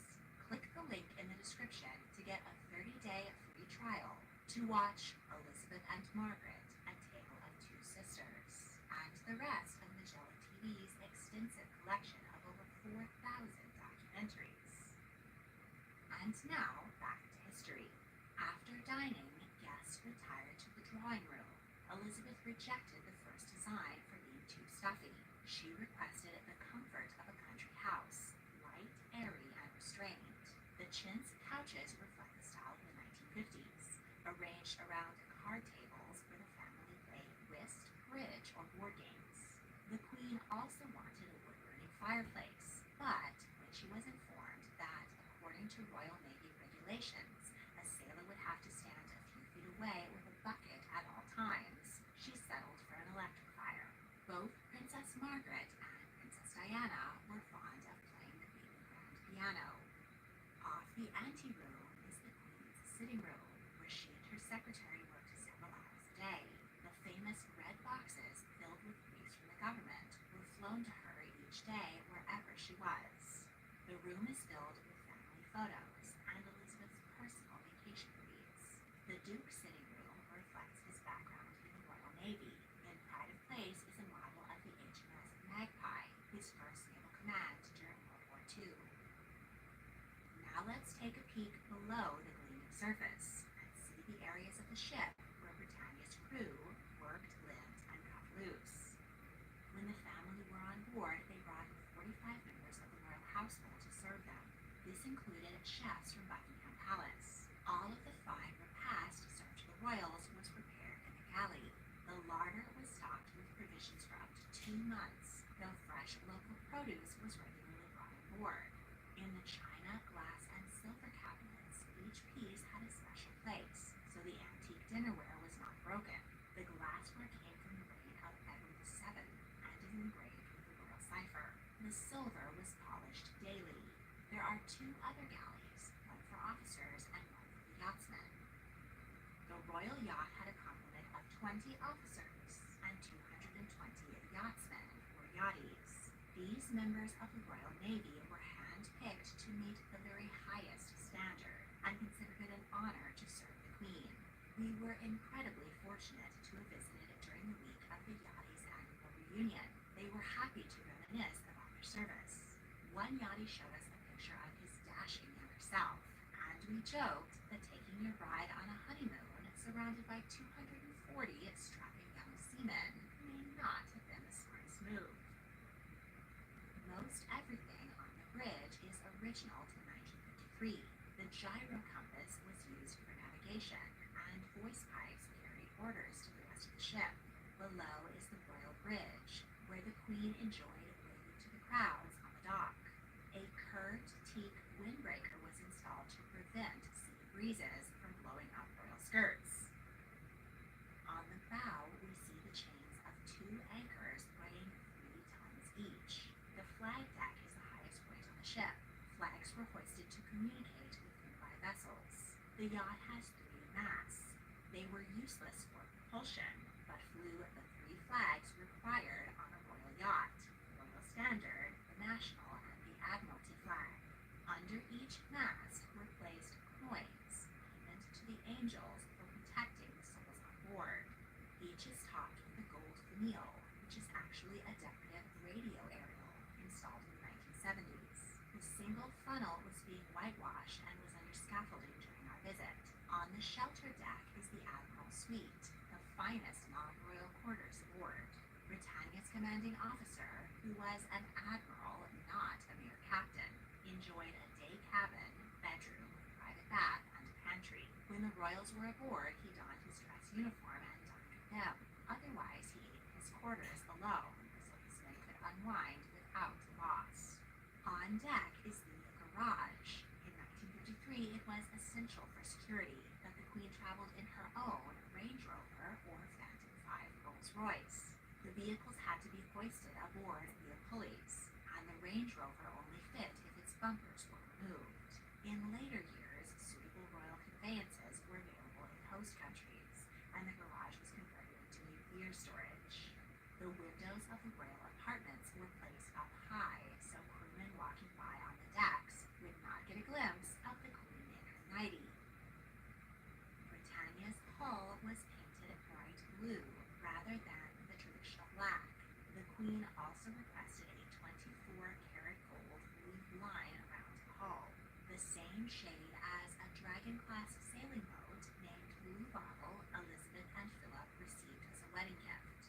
Nearly every August, the royals took Britannia to Cowes Week off the Isle of Wight, where Philip sailed Blue Bottle in the regatta. They continued their holiday up the coast of the UK for a 10-day tour of the Western Isles of Scotland. They frequently took the activity boat ashore for picnics. Philip designed a portable barbecue, which he used to grill steaks or salmon caught by his children, served alongside wild strawberries picked by his wife and Margaret. The Western Isles tour was concluded near Balmoral, where the family spent the rest of their summer holiday. The royal barge was used to bring the family ashore when the yacht was unable to dock. It was escorted by 2 identical motorboats called jolly boats. These small vessels were crucial to a rescue mission undertaken by the Britannia in 1986 when civil war broke out in Yemen. The yacht, Sans Royals, sailed to the rescue. The ship's beach officer offered Mars bars and biscuits to rebels to bargain the safe release of 1,082 refugees. Exhausted but glad to be alive, they slept on the floors of the state dining room and drawing room. 3 refugees were found sleeping in the Queen's bed, and officers decided they just wouldn't tell Her Majesty. When the Queen was on board, a Royal Navy warship followed close behind. When docked in a foreign port, marine divers swept the sea floor for bombs daily. In 1962, following the Cuban Missile Crisis, Operation Candid was put into place to evacuate the royal family and other members of the government aboard Britannia in the event of nuclear war. On the gold level is the Officers' Club, where high-ranking men would relax, drink, watch TV, enjoy pub quizzes, and play wombat tennis. A stuffed wombat, donated by a lady-in-waiting during a trip to Australia, Australia was thrown into the ceiling fan. Then the officers would go wild, batting it across the room, while portraits of the young queen and prince looked on. The real royals occasionally attended drinks parties with the officers, but they were always announced so the men could take the wombat out of the fan first. In the officers' war room, informal breakfasts and lunches and formal dinners were served. Dress uniform was required, and officers took turns toasting the queen. The cabinets are filled with historic mementos, including a framed gold button from Admiral Horatio Nelson's coat. On the gray level is the petty officers' bar. An invitation for a drink here was highly coveted by the royal staff. When not Everybody, I've returned with my apples. Now, if you were here yesterday, you know what's happening. These were luxurious I after have cut up the 2 separate apples now 1970s. that were filled to the brim with sprouted seeds. I cut open my favorite apples, Pink Ladies. They are not old. We bought them yesterday. 12 seeds, 10 which were sprouted and trying to grow roots inside the apple. Princess remained for several hours, brushing off awkward suggestions as she returned to her cabin. Finally, Prince Charles was called to persuade his wife to leave. The yacht also sported a mail office, an operating theater, laundry, and a naffy shop, which I'm sold so tobacco excited. and souvenirs. Princess Diana So, once bought so, blue so, so, Christmas so, t-shirts so. for her sons, and the royal children were allowed to visit Decor suites. The gleaming engine Yes, this is the 3rd one in a row. capable of 3rd one in a row. I'm making a point to collect them all and try to grow like apple trees, so then I can have apples. Because if I have apples, I can live off apples, and then I never have to buy groceries ever again. Ronald Reagan toured. He asked, "Okay, where's the real I'm engine room?" so But excited about this. You have no clue, because I love apples so much. I love apples so much. And I love Pink Ladies so much. And they are little and they cost money. And I always want another one after I eat one. So if I grow an apple tree of Pink Lady apples, I get to have all the Pink Ladies I want. This meant she would need to be accompanied by her own tanker. Hi. In 1994, Britannia celebrated There they.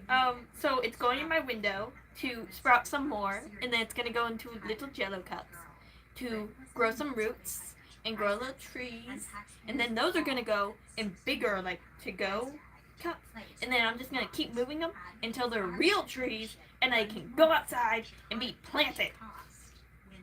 This is insane. This is fucking insane. 3rd apples in a row. At this point, I should just grow a whole farm. There's literally like 20 apple trees worth of seeds in my window. In June 1997, Prince Charles took the Britannia on her final mission to hand over Hong Kong to the Chinese government. I'm so excited. The Queen and her family traveled to Portsmouth to bid Oh, farewell. I got apple. Elizabeth took a final tour of her beloved home, on which she had traveled to 600 ports in 135 countries, and made many happy memories. She stepped off the ship at 1 minute past 3, and all the clocks on board were stopped and still display that time. The decommissioning ceremony was possibly the only time Elizabeth could cry in public. After circling the globe every year of her 43-year career, the HMY Britannia was permanently berthed in Edinburgh, where she is preserved as a museum. The historic yacht also hosts private events and weddings. In 2011, the Queen's granddaughter, Zara, held a party on board the night before her wedding to Mike Tyndall. Though Queen Elizabeth herself is now gone, the royal family still occasionally visit Britannia to recall their happy memories aboard the floating palace. Want even more tea on history? Check out the History Tea Time podcast. You can now follow History Tea Time on Facebook, Instagram, and TikTok. special thank you goes to my patron, Spencer Knudsen. If you enjoyed this video, please like, subscribe, comment your thoughts, and check out my other history videos. You can also join my Patreon to support my work and get early access to all of my multi-part series. Thank you for watching.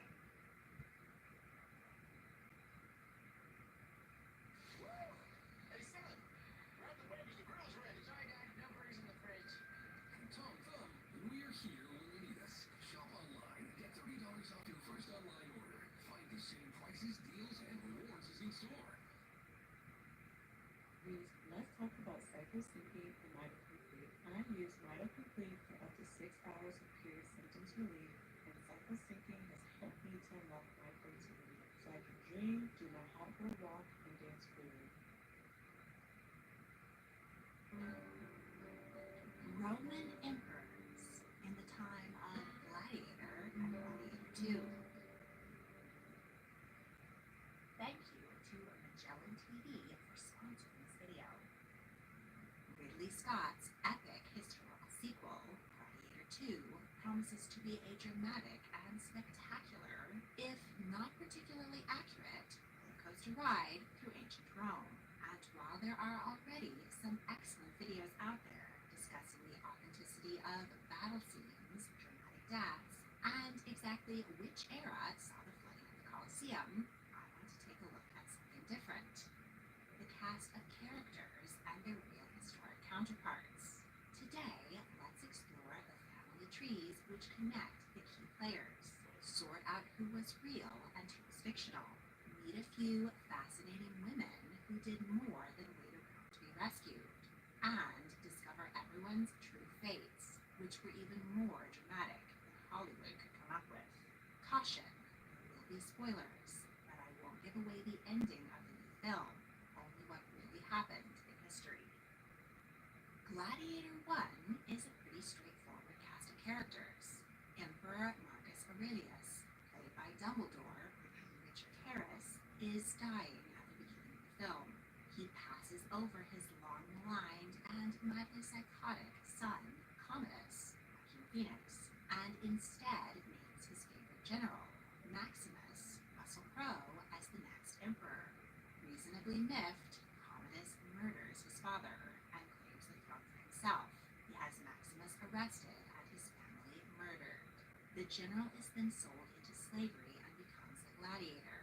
He fights his way to fame on a mission of vengeance against Commodus. Meanwhile, the emperor sells his people's grain to fund gladiator tournaments in his own honor. Turns Anyway, Rome I had to go into tell my a mom more beast about the apples. and I'm so excited about all the apples.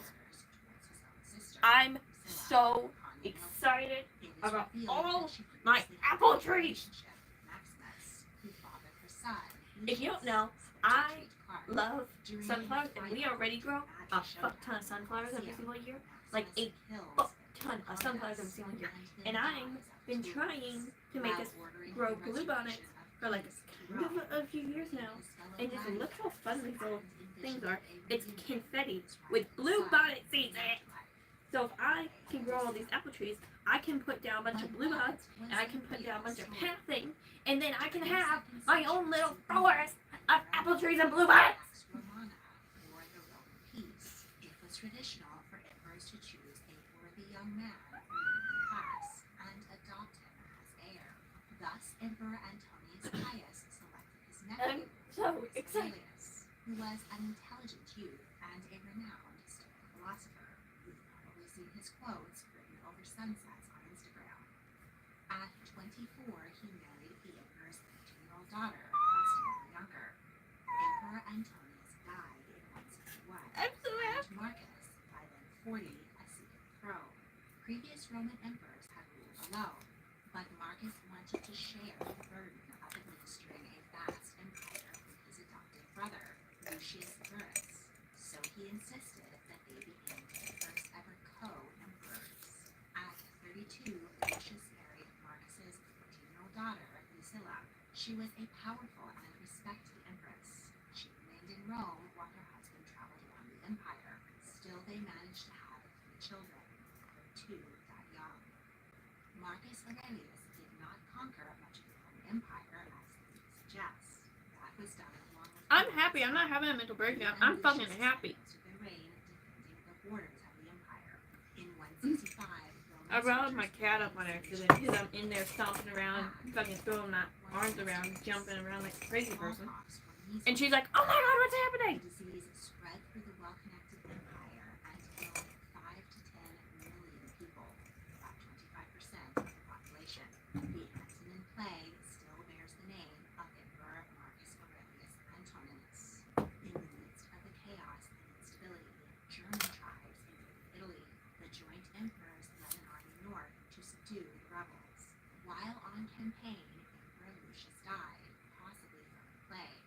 Now widowed, Lucilla was quickly married off again to General Pomponius, who was twice her age. Still, she did her duty and gave birth to a son, Lucius. The real Emperor Marcus's succession plan was far different than the movie version.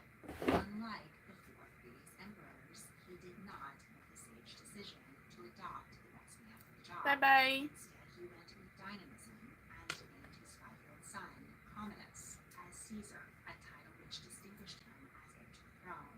The emperor was confident that he could mold his child into a marked I could literally do it in my side yard, all the way into my backyard of bluebonnet and trees. Oh my god, it would be so cute. When Commodus was 16, he was elevated to co-emperor, but Marcus worried that the boy was immature and rash, and he tapped his most trusted politicians and generals to advise him. Among them was his son-in-law, Pomponius. Marcus had offered several times to name the general co-ruler to his son. Lucilla was eager for her husband to accept, as she wanted to be empress again, but Pomponius refused to take the honor for himself. I mean, this has to mean something.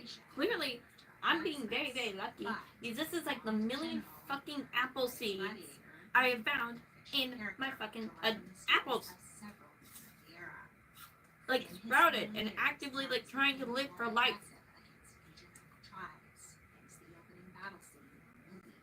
While on campaign near modern-day Vienna, he died of natural causes at 58. His death marked the end of the Pax Romana and of peace and stability in the Roman Empire. After him came some serious drama.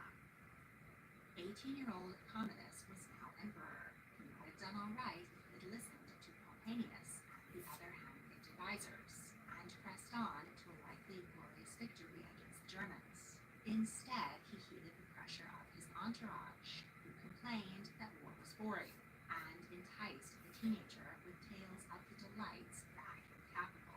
Commodus instructed his reluctant generals to throw in the towel, and he returned to Rome in a hollow triumph. He ignored his administrative duties in favor of living his best life. Parties, feasts, and the general debauchery you'd expect from an 18-year-old handed unlimited funds and power. He was popular with people for arranging elaborate and ruinously I really like fruit, but there's not a lot of fruit I can eat. But the ruling class were resentful Because like of I have his this weird reaction to tomatoes, and I have this weird reaction to pineapple. Relationship with his sister, Lucilla. So it's already two I can't really eat. And so there's a bunch of other little ones that I have to be like in the mood to eat, and like things like blueberries or like I don't. It's a real hit and miss situation. I don't like gambling like that. And strawberries, I like strawberries, but I don't like the texture of the inside of the white of the strawberry, which is like very clearly an America issue. Because it's not really something that happens around other places that much I've seen. And so things like apples are really good for me. Like I can just eat them. Like I like bananas, can't eat bananas, can't tell you why. It's an ongoing issue. Like oranges, don't like the texture of oranges. Why the fuck is it textured like that? That's gross. Anyway, there's a lot of things that I'm a little like, I like fruit and I like salads and I like stuff like that, but I have a hard time eating it because like texture or like the hit and miss situation, I don't like it. So yeah, I really, really like apples. I really like apples, and I have spread so many apple seeds throughout the years, like trying so desperately to give these apples a fucking life. Because they so desperately, clearly want me to. It's never happened this much at once. So I'm very like, ah! The plot was foiled and the conspirators were executed. Property seized to fund the emperor's lavish lifestyle. A soldier named Maternus from Gaul, modern-day France, deserted his legion and formed a band of outlaws. Much like Spartacus, they marched to Rome, pillaging villages and freeing slaves along the way. This inspiration for Maximus hatched an assassination plot. Romans were enjoying a spring festival, and to perform, Commodus threw a massive costume party. Maternus and his men dressed up as Praetorian guards in hopes of getting within stabbing distance of the emperor, but he was betrayed and executed, while Commodus escaped again. Now truly paranoid, the emperor retreated to the safety of his private country estates, leaving his advisor Cleander in But yeah, charge. I love apples, He hoarded and I'm grain already like and envisioning sent military commands and apple sender trees ships. on a border, Himself bluebonnets in like Rome, paths when a famine around hit, my house, riots like broke around out. my house. Commodus reluctantly returned to Rome, and Cleander would have preferred to be thrown under a bus. The emperor ordered him beheaded, his entire family murdered. Then their bodies were thrown to If the fruit's mushy, it's because it's not fresh. When That life I think goes that's your issue. down, water wipes. Pure, clean, healthy skin. declare your love. I've eaten basically like all apples. These apples are one of the few things that is like a every single day of my life staple. Oh, we're advertising. Get 3 pieces of our crispy, juicy signature chicken. But for just $5. my favorite apple of all time is Pink Ladies. I love Pink Ladies. This truck is having trouble starting. He went to auto. I don't eat apple pie. I don't eat things with apples in them. I eat apples. All for free. Just plain.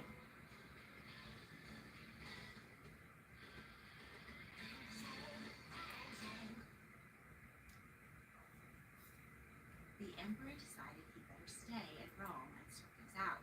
He executed every senator and noble he considered a slight threat, then fully indulged his egomania. He realized that he was the reincarnation of Romulus, the legendary founder of Rome, so he renamed the capital Comediana in his own honor, and renamed the months of the year after his own lengthy imperial name. These changes didn't stick, as we're not currently in the month of Felix. Commodus decided that he was also the reincarnation of I should cut that up Hercules. more. He had I- statues made of I got himself lazy with by apple the number 1 and I emperor's only signature put up the lion core in the head. window, so I should probably fix that so it can like actually like sprout. His prowess in the arena. I'll do that So he later. became a gladiator. He faced off against human warriors who were first hobbled and then Are they on yellow? sponges. Because I don't like And yellow he apples. slid I like my first apples to be like animals were kept in like cages this color. well out of Like striking a- like a- distance. The emperor was like a never pink. in danger as he filled the crowds with rigged displays of violence. In one instance, Commodus beheaded an ostrich, then pointed his bloody sword threateningly at the senators in the crowd. They had taken to chewing laurel leaves so as not to burst out laughing at the ridiculous emperor. It's not like a true bright red. It has kind of like this pink tint, but yeah. Wanted to make his Yeah. usual public appearance not in the palace, but from the gladiatorial barracks. He shared his brilliant idea with his mistress, Marcia, but she begged him not to disgrace himself in I'm such so a way. happy about these apples. Disgruntled, he next told two of his surviving advisors. Maybe this will who cure my depression. surprisingly had the Would same cure your reaction. depression because Rather than I heed started his growing advice, thousands of the apple emperor trees. spitefully added their names to a list of people to be executed in the new year. Marcia found the list with her name on the top and shared it with the other advisors. They had little choice but to make a bid to save their own lives. While Commodus was enjoying a hot bath in preparation for his New Year's rockin' Eve, Marcia brought him a goblet of wine laced with poison. He became violently ill and vomited it up.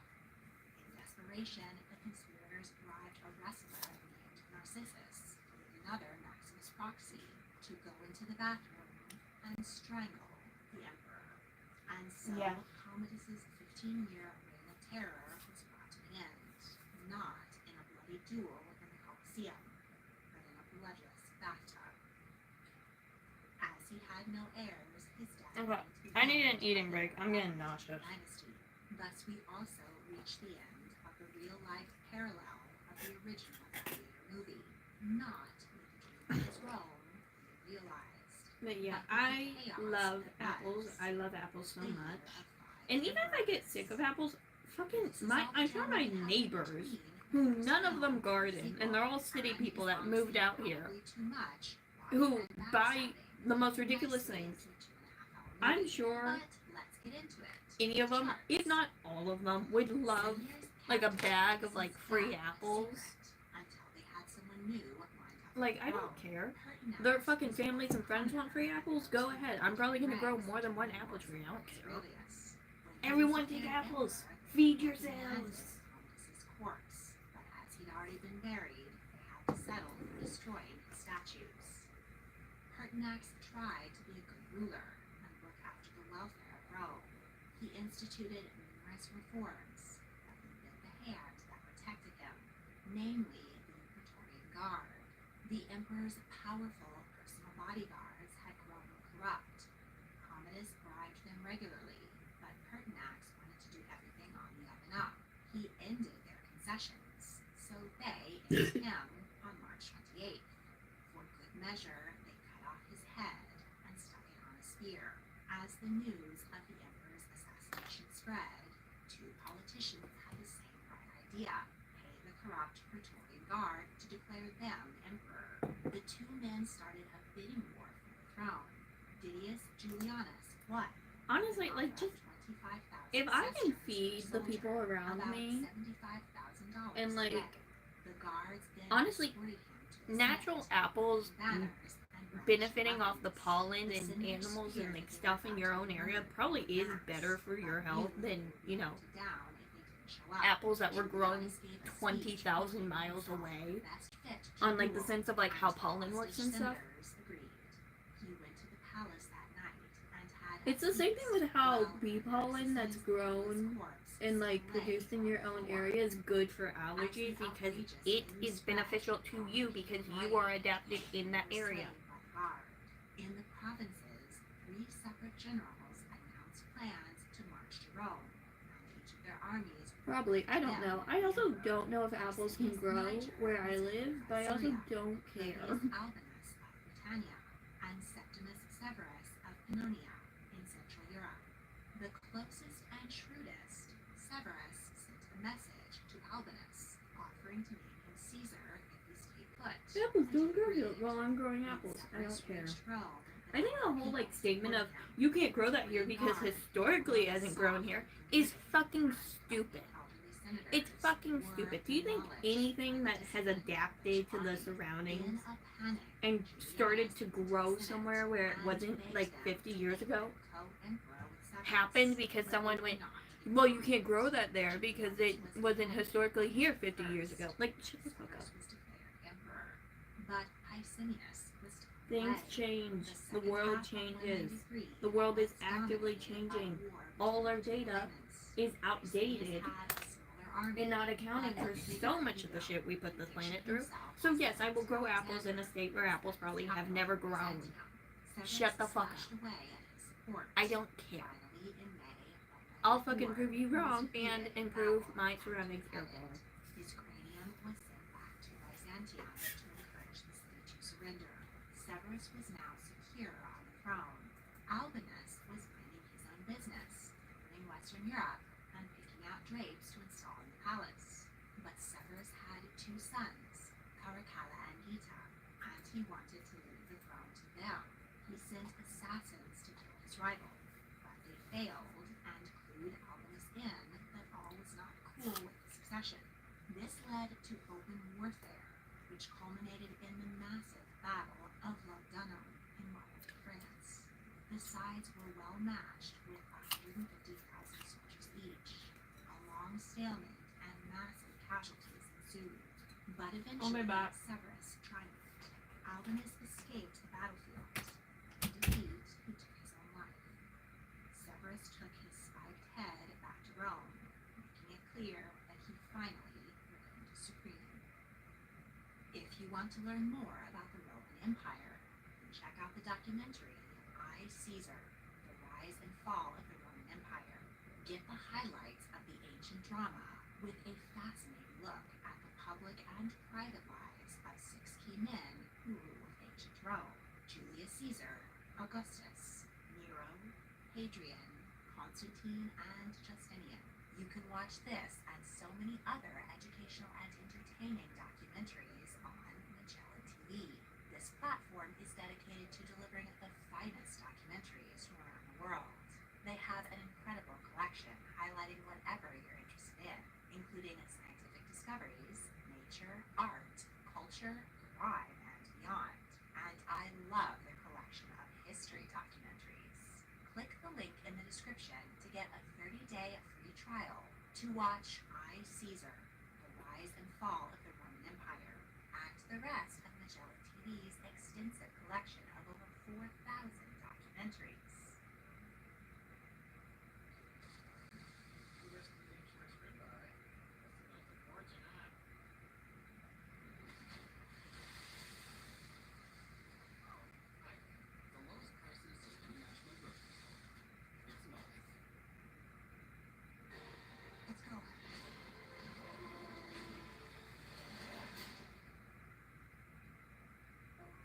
To be real, these gargoyles are crazy. He's overdosing. Carrying the locks, you can see the light.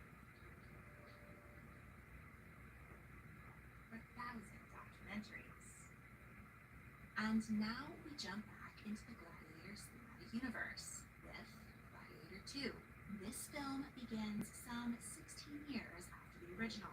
We find Lucilla's son, Lucius, recast as Paul Mescal, has been living in North Africa under an assumed name for his protection. Roman general Acacius attacks his city, kills his wife, and enslaves him. Then, just like his secret father, Maximus, he becomes a gladiator. He is bent on revenge against Acacius, who happens to be his mother's new hubby, and the deranged twin emperors, Caracalla and Geta. I won't spoil what happens next in case you haven't had a chance to see the new film yet. But let's explore what happened in real history, which you've had 2,000 years to see. Lucilla, the only female lead in both movies, is in fact long dead by the events of the sequel. She was not. I'm gathering up fortunate my enough to plate of marry to compost Pascal, right now, aka everyone. Marcus So Acacius, who is an entirely I'm trying to fictional do that. Her real son, Lucius, was never a serious contender for the throne, and therefore never had to be secreted away from Rome. He served as a consul and a loyal supporter of Emperor Severus. The emperor did indeed attack North Africa and the Middle East during his 18-year reign, though the film attributes this to the reign of Caracalla and Geta for simplicity. Severus spent his final years in Britannia, waging war against the Caledonians in modern-day Scotland. He vowed to leave not one person alive, not even babies in the womb, until he ruled all of Britannia. He brought his 2 sons, whom he named co-emperors, to show them how it was done. But while camped in modern-day York, the emperor caught an infectious disease and died at 65, cutting his campaign of cruelty short in the year 211. Caracalla and Geta's joint reign began very much as Commodus's did, with the old emperor dying in a war camp in a far-flung province, and his sons giving up a war their army was winning, and making their way back to Rome to live large and watch things up. It would have been cool to see a Roman-era Scotland, but I guess Ridley Scott decided it would be too similar to the original. Caracalla and Geta were not twins, but 23 and 22 when they ascended the throne together. They hated each other. Their mother, Julia Domna, who had been an important advisor to their father, tried to keep the peace. On the journey back to Rome, they refused to share meals or sleep in the same lodgings, for fear that the other would try to have them poisoned, smothered, or stabbed. Their mother vetoed their idea to bisect the empire and each go their own way. Once installed in the capital, feuding siblings split the palace down the middle. They would only meet in the presence of their mother, and both lived in terror of the other. With tensions untenable, Caracalla asked Julia to arrange a meeting where the two brothers could hash things out without armed guards looming. Julia agreed, and Gita honored the truce and came to his mother's chamber unprotected. But Caracalla, who had obviously been lying, arrived with his bodyguards, who promptly stabbed his little brother to death. He died in his mother's arms. Caracalla next had Gita's statues destroyed, his coins melted down, and his name struck from records. He even forbid his mother to shed tears for her son. Caracalla next ordered the massacre of 20,000 of his brother's supporters, including Lucilla's son, Lucius, who was never a glorious gladiator, but was slain at the age of 34. Caracalla, much like Commodus, had little interest in the drudgery of governing. He left his mother in charge and enjoyed himself. One edict he did bother to issue was the Constitutio Antoniniana, which granted citizenship to all freeborn inhabitants of the empire. There were several reasons for this, but namely, it glorified the emperor in the eyes of the gods, and increased the number of taxpayers who were contributing to his luxurious lifestyle. He built the lush baths of Caracalla in Rome. The massive bonuses he gave the army to ensure their loyalty caused inflation and debased the coinage. Fancying himself yet another reincarnation of Alexander, Caracalla went on an imperial tour in search of military glory. To emulate his hero, he armed and organized his army in a Macedonian-style phalanx, which had been obsolete for centuries. Though his vanity cost the lives of countless poorly equipped soldiers, he still managed to defeat some Germanic tribes and Eastern kings. He then got word that the people of Egypt were making fun of him, so he sailed to Alexandria and informed the leaders that he wished to organize a new phalanx. He requested that they send their strongest young men for the honor of joining the emperor's army. The Alexandrian youths assembled, and their parents came to witness their elevation. Caracalla walked among the men, inspecting them and dishing out praise. Then he left. When he with his wants to be a part of bodyguards this. to order his Okay, she saw me go soldiers outside and surrounded with the a big outposts plate, and then she to went, "Where are you slaughter going?" these unarmed boys and their Thank horrified you. parents. It is said that the Nile ran red with blood. Several days of looting and plundering followed. Next, the emperor headed for Parthia in the Middle East, where he offered to marry King Artabanus' daughter. The two rulers met for peace talks, but, true to form, Caracalla did not honor the truce and attacked. Artabanus managed to escape, but the Roman army ravaged the Parthian border while retreating to camp for the winter.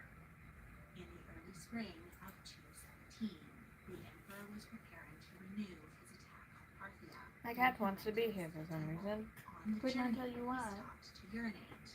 While his pants were down, a Roman soldier, pissed off about being passed over for a promotion, stabbed Emperor Caracalla to death. He was 29. When his mother learned of his assassination, she took her own life. The assassin was killed on the spot, but the man who convinced him to do it, Macrinus, was proclaimed emperor. This character, played by Denzel Washington, was never an enslaved gladiator. Instead, he came from an equestrian family from North Africa. He was of Berber heritage and likely did have dark skin and a pierced ear. The movie version of Macrinus turns out to be a villain, but in real life, he tried to restore the economy and stabilize the empire. His reign was short-lived, however. Before he had a chance to get back to Rome, Caracalla's aunt, Julia Messa, instigated a rebellion and had her 14-year-old grandson, Elagabalus, who may have been Caracalla's illegitimate son, declared emperor instead. Macrinus was captured and executed after just 1 year on the throne.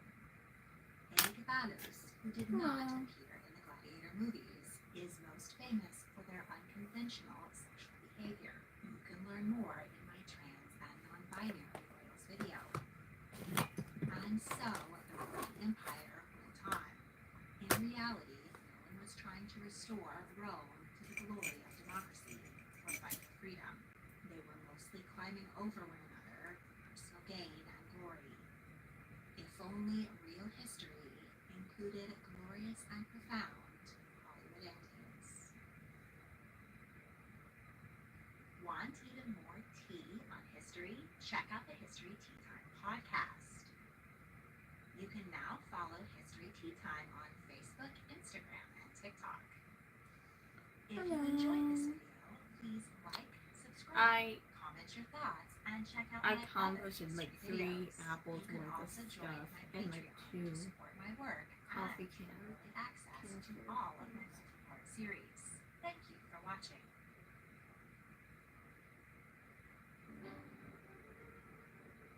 Royals who died from the bubonic plague. The year is 1335. Mongol Sultan Abu Sa'id Badur Khan leads his army across the mountains of modern-day Azerbaijan on his way to put down yet another rebellion. Last night, the Sultan went to bed with a splitting headache. In the morning, his doctors are horrified to see that their 30-year-old ruler is burning with fever and covered in tender, pus-filled swellings. The royal physicians have no idea how to relieve his suffering. He dies in agony on the night of December 1st, 1335, leaving the Sultanate in crisis without an heir. The horrified viziers spring into action, finding someone to blame. In their minds, the mysterious symptoms reek of poison. The most likely suspect is Abu Sa'id's ex-wife, Princess Baghdad Khatun. When the Sultan fell in lust with her, he had her mother and father strangled and forced her to divorce the husband she loved. When she was shockingly displeased to be added to his harem, Abu Sa'id divorced her and married her niece instead. The princess was understandably miffed, so the viziers assumed she must have plotted to murder the Sultan. They sent guards to find the princess, and she was discovered taking a bath. Baghdad was beaten to death for her crimes. Before long, others in the Mongol camp fell ill with the same common Thank you. symptoms of swollen lymph nodes and blackened fingers. It was too late for the princess. It became clear that Sultan Abu Sa'id had not been poisoned, but was in fact the first royal victim of a terrible new There's pandemic. a puppy pad in my room, Death. and Winnie has made the executive decision it's her new bed. As Don't the ask me why there's a puppy pad in my room. I don't want to talk about it. Asia, But- Africa, and Europe, roughly 100 million people lost their lives in the worst pandemic in human history. More than half of the populations of She's Florence, using Paris, 2 of her and feet. London know the names of most poor souls who met their end I in this can't. disease. But perhaps I actually just have to leave there for a minute. I just- on this apocalyptic event is to explore the lives of those victims for whom we do have carefully kept records, the royals. Today, let's meet Is that 21 real? kings, Does it queens, actually? and princes who were cut out of history by the side of the Black Oh, Death. And I have so much many love for her in my others heart. followed. I'd kill for her. I'd kill for her. I would. She hasn't been cuddly with me lately, which I think is like a separate thing. But she- She spent her early years with her parents as they fought the First War in France. At 14, she kissed her parents goodbye and boarded a ship bound for Castile, where she was set to marry Pedro, heir to the throne. The princess bride was dressed in the finest velvet and silk, bedecked with dazzling jewels, and took an entire ship to carry her trousseau. She traveled through hostile France with an intimidating retinue of armed guards, but they could not keep the princess safe from a danger no knight could vanquish. The party stopped to rest at a castle the Plantagenet family owned in Bordeaux. The pestilence had already crept north from Italy and Spain, but it was unknown in England, so Joan's protectors had no idea of the danger. They How you heard of an doing? outbreak I'm of freaking out illness because of how cute my but cat made is. no moves to leave their comfortable chateau. Before long, members of the entourage fell ill. The best thing that's ever happened in the world, period. In Ever. desperation, they moved the princess to the small village of Lormio. It was too late. She succumbed to the disease on September 2nd, 1848. Most royals who died on the road were embalmed and carried home in honor. But in the chaos of the pandemic, Joan was very quickly in Bayonne Cathedral. A statue of her was erected in Westminster Abbey and later placed next to her father's tomb. King Edward wrote a sorrowful letter to his daughter's intended father-in-law, Alfonso XI of Castile, informing him of her sad demise, and writing that she had been sent ahead into heaven to reign among the choirs of virgins. Blanche was the only child of the Duke of Lancaster and inherited everything. She was also extremely beautiful and noted for her elegant white neck. At 17, she wed her cousin, John of Gaunt, the fourth son of King Henry III. Though the title Duke of Lancaster had become extinct upon her father's death, it was recreated for her husband, and has been held by the English monarch ever since. The couple had a happy marriage and 7 children. In 1368, John kissed Blanche goodbye and rode off to France to fight in the Scottish War. In September, he received word that his beloved had died of the plague at the age of 26. Heartbroken, he returned to England and threw her a massive funeral at St. Paul's Cathedral. John held annual memorials for her for the rest of his life. At one such event, a young poet named Geoffrey Chaucer read the Book of the Duchess. It tells of a sorrowful knight wandering the moonlit wood in search of his lost love. The poem was meant to encourage the prince to get over his grief and hurry up and marry his mistress, Catherine Swynford, who happened to be Chaucer's sister-in-law. John did remarry, but he commissioned a grand double tomb, which he eventually shared with his beloved Blanche. Edward of Angoulême was born in France, while his famous warrior father, Edward the Black Prince, fought in the 100 Years' War. Little Edward was second in line to the throne, and in popular imagination, he was seen as the next step in the glorious line of valiant English kings. The royal children were in Bordeaux in the autumn of 1370, when the epidemic of plague struck. 5-year-old Edward's strong young body fought the disease as long as it could, but his only prolonged his suffering. He died on September 29th. I'm back. When the Black Prince returned, I had to brag to your grandmother about how ever-loving, stinking cute you are in the whole entire world. I had to brag so hard, boo. I had to. I just had to. My heart said to.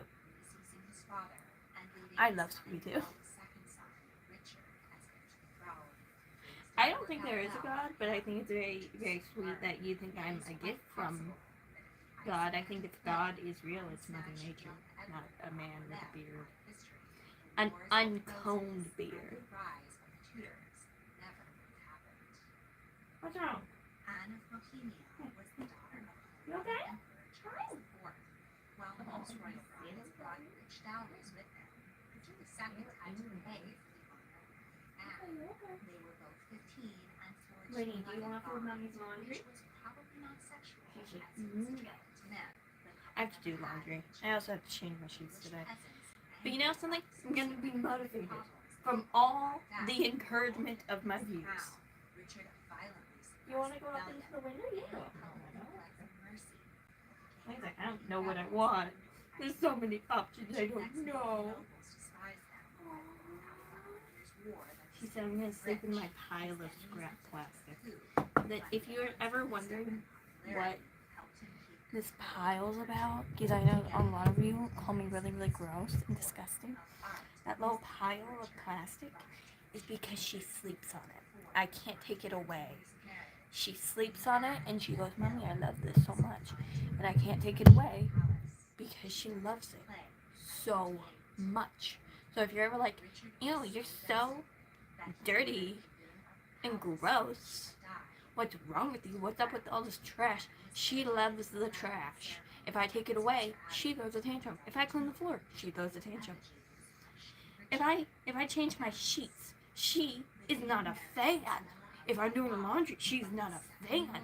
Like, she likes the mess. Partner he had lost was Anne, If who you was captured by if you his cousin, think Henry. considering global warming's a thing we have the president we do, I don't know if that's true. Murdered at 22. He was laid next to Anne much sooner. But she loves it, and she will not During speak the reign to of me his usurper, if I change it.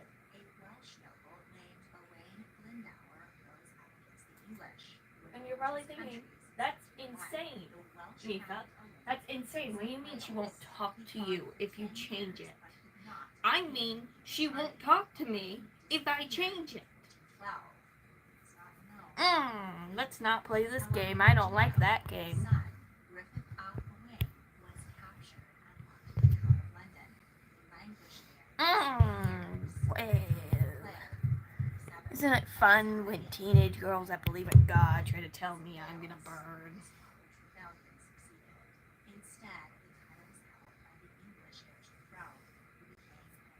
Go ask your dad literally anything. Bet you anything he's done hardcore drugs. Thank you. No, I don't. But yeah, I love her with all my heart, and to keep her happy, I keep the room a mess. Trust me, there's been times when I've been really, really good about cleaning it. She was not a fan. Not a fan, really, at all. She was very pouty, and she wouldn't snuggle me, and she wouldn't cuddle me. And to put in perspective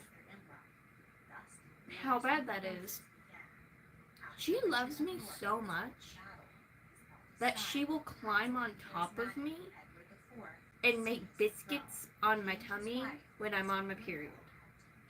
I didn't train her to do that. I have never encouraged it. She just does it. That's how much that cat loves me. And the fact that she is so vocal about the fact that when I clean, she is not a fan is just very telling of her. She started doing it on her own accord one day. Look, she just started doing it, and I was like, thank you, boo-boo. I don't know who talking. It's very sweet. It's also funny because she won't do it for my mom. She won't. No, I don't. Anyway, she loves me, and I love her. That's how it is. You can say I'm too obsessed with her. Fuck you. Thank you. Oh God, why am I here? Why am I in this hole? Why are people doing this to me? Ugh. I should read what? I also love the cat.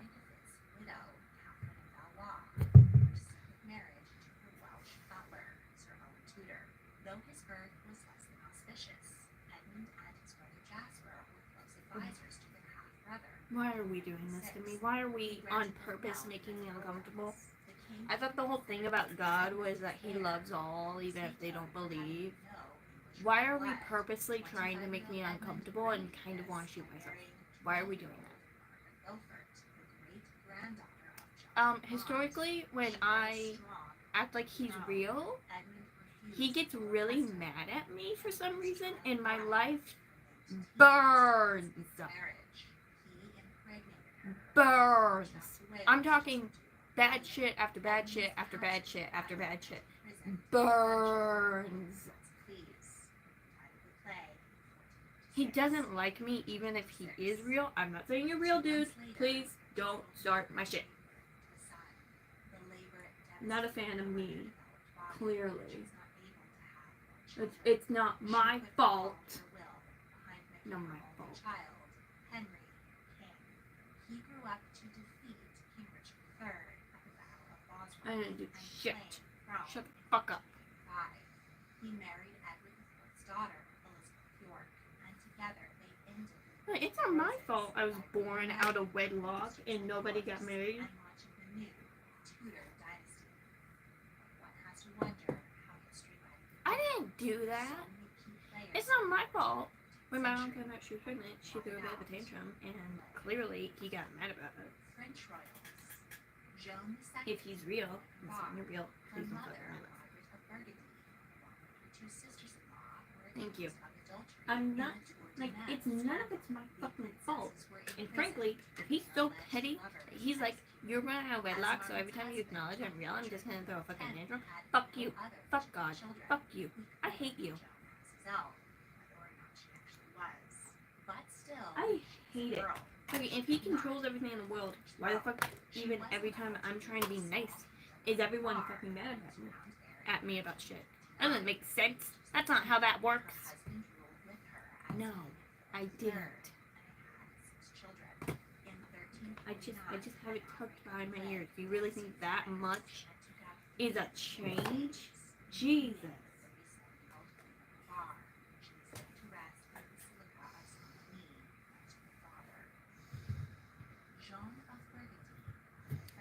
Fuck him.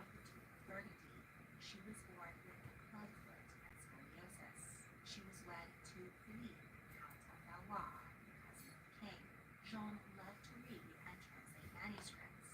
She Not enjoyed a fan. Girls. The family lived happily for 15 years. But in 1328, King Charles IV died without heir, and Jean's husband became King Philippe IV. Edward III of England claimed the French throne through his mother, Isabella, but the French did not accept royal lines that passed through female heirs. Edward and Philippe's argument became known as the 100 Years' War. While Philippe was off defending his throne, Jeanne was an excellent regent. She promoted education and Like, I'm so done with the whole thing of like, religion's amazing. Shut the fuck up. Please, I beg of you. Shut up. I don't like you. Jeanne held strong. If religion's so great, why is there so much shitty shit in the world? Not defeat. And why is so much of that shitty shit controlled by people who are all like so heavily involved in religion? Was the daughter of Count Jean. That doesn't make sense. At 17, Fuck she you. wed 13-year-old French heir, Jean de Normandy. Her birth name, Rita, Cool. was good, but was changed to I don't know why French we expect me to be like, oh my 17 god, it's the best thing that's ever happened in my entire life. Oh my god. She died in the No. same 1349 pandemic No. as her mother-in-law. She was 34 and never got the chance to But yeah, literally, her like, husband fled mm. Paris to save himself. Within a month of his wife's death, he remarried. Iberian royals. Eleanor of Portugal, Queen of Aragon, was the youngest daughter of King Alfonso IV of Portugal. When she was 18, the kings of Castile and Aragon fought over her hand, as they both wanted an alliance with her father. Aragon won, and Eleanor was wed to King Henry IV in Barcelona, but the union lasted just 1 year before she was killed by the plague in 1348 at the age of 20. Alfonso XI, King of Castile, was only 1 year old when his father, Fernando IV, died. His mother, Constance of Portugal, became regent, but she died when he was 2. His uncle took the regency, but died when he was 8. Then his grandmother took charge. She lasted until Alfonso was 10. During this instability, Castile was overrun by rebellious nobles and invading wars. With no relatives left to govern, the young king took power at 14. He wed 7-year-old Constanza Manuel, Yeah. but he annulled their marriage after 2 years as he was eager to have a wife of his own age. He wed his double first cousin, Maria of Portugal. She delivered 1 son, Pedro. It was his bride-to-be, King of England, who died of the plague on the way to their wedding. Alfonso neglected his queen and flaunted his mistress, Eleanor, with whom he had 10 children. The king ruled ruthlessly, earning the nickname Cruel. In the spring of 1350, the 38-year-old king marched his army to lay siege to Gibraltar. He planned to take the strategic rock from the Muslim emirate of Granada, but while the Castilian army I don't was waiting know. outside the city walls for its inhabitants But make it to be. surrender Look or where you're going starve. for it. Do we? Okay. Death. To this repeated comment, I get so much. When you start doing something creative, do you go, I'm going to do this exactly to my face, and that's it. And it can't change, and it's going to be this exactly. And if it changes, I should kill myself because that would. I hate the question, what makeup look are you going for? None of it. The answer is always none of it. If I was going for a makeup look, I would not be a makeup person. I would be a fucking follower. Shut the fuck up. To seal an Anglo-Portuguese alliance which lasted until the Napoleonic Wars. When she arrived in Lisbon, It is the most annoying question in the entire world to literally anyone who's creative in any sense or fashion. Philippa delivered 9 children. It's not your fault. I get asked it like 7 fucking times alive. I'm just so done. Like, can you, no, I hate this question. Fuck off. It's not your fault, and I'm not directly mad at you. I'm mad at the question. It's a fucking annoying thing. Like, I'm sorry, are you sitting there going, I need to look like her face, and if my face doesn't look like her face, and you know she looks nothing like me, I'm going to, like, jump. Because that's what it seems, and it's very annoying. Fortunately, her deathbed farewell did not transmit the plague to any of her sons. The eldest, Duarte, became king of Portugal in 1433 at the age of 42. He encouraged his brother, the navigator, to explore the west coast of Africa, following a disastrous attempt to conquer Tangier, where he fell victim to the plague in 1438. He died at 46, after just 5 years on the throne. Italian royals. Ludovico became king of Sicily at the age of 4. His mother tried to calm tensions between noble families, but civil war broke out.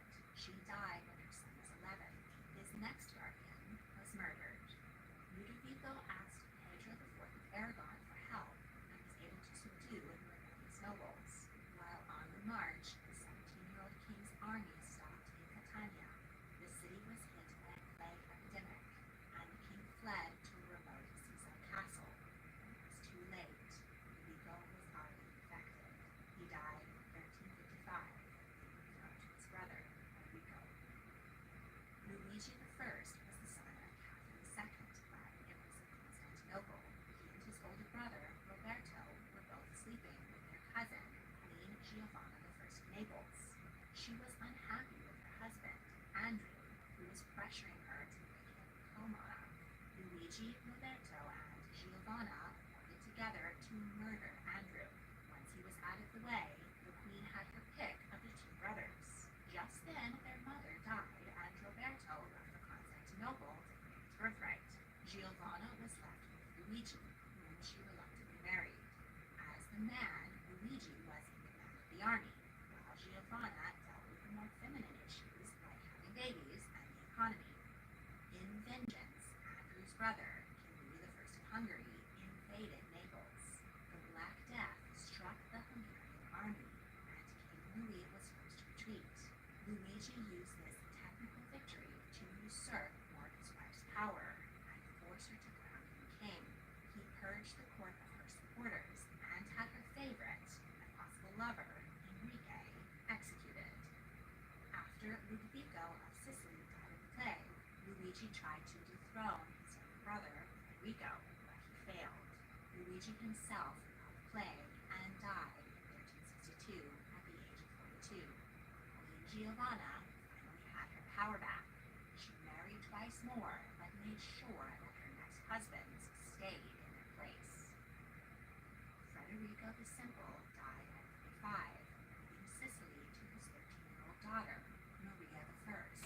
She was controlled by the leaders of the royal family. You're not comprehending what I'm Married saying. a king who would take her power, but the nobles kidnapped the queen and imprisoned her for This is 6 my years. problem. This She was rescued Mm. by 2 Aragon, where she I was am actively trying to say, present. do you think that is a good idea? Do you think that would be good? And you are telling me what you did when you already told me this. When you told me in detail yesterday about how you did it. But no, not understanding the words that are coming out of my mouth actively. No, just, I did this yesterday. I know what you did yesterday. You told me yesterday. She died in 1401, aged 87. In 1349, a ghost somebody who I get such a remarkable memory from, you really don't remember anything. Stay long enough to carry off valuable cargo and plenty of fleas. I Clay am had asking arrived in if you want me to eat it out. I'm asking, do you think that would be good? Eric Magnusson was the son of Magnus IV, king of Sweden and Norway. He favored his second son, Decor, and gave Norway to him, but told Eric that he would get Sweden after his father died.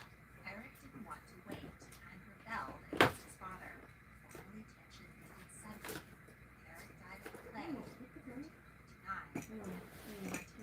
His wife, Beatrix of Bavaria, daughter of Holstein Emperor IV, was pregnant.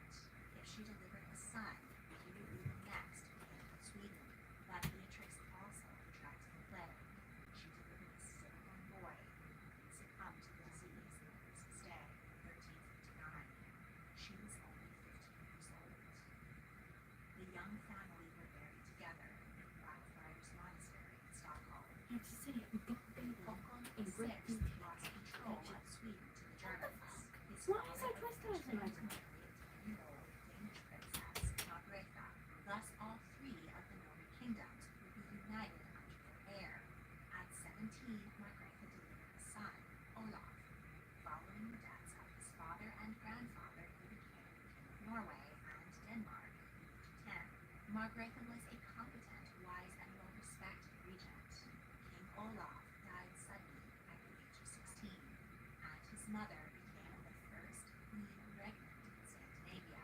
She reconquered Sweden in 1398 and united the three Scandinavian kingdoms, plus the Faroe Islands, Iceland, and Greenland, into the Kalmar Union.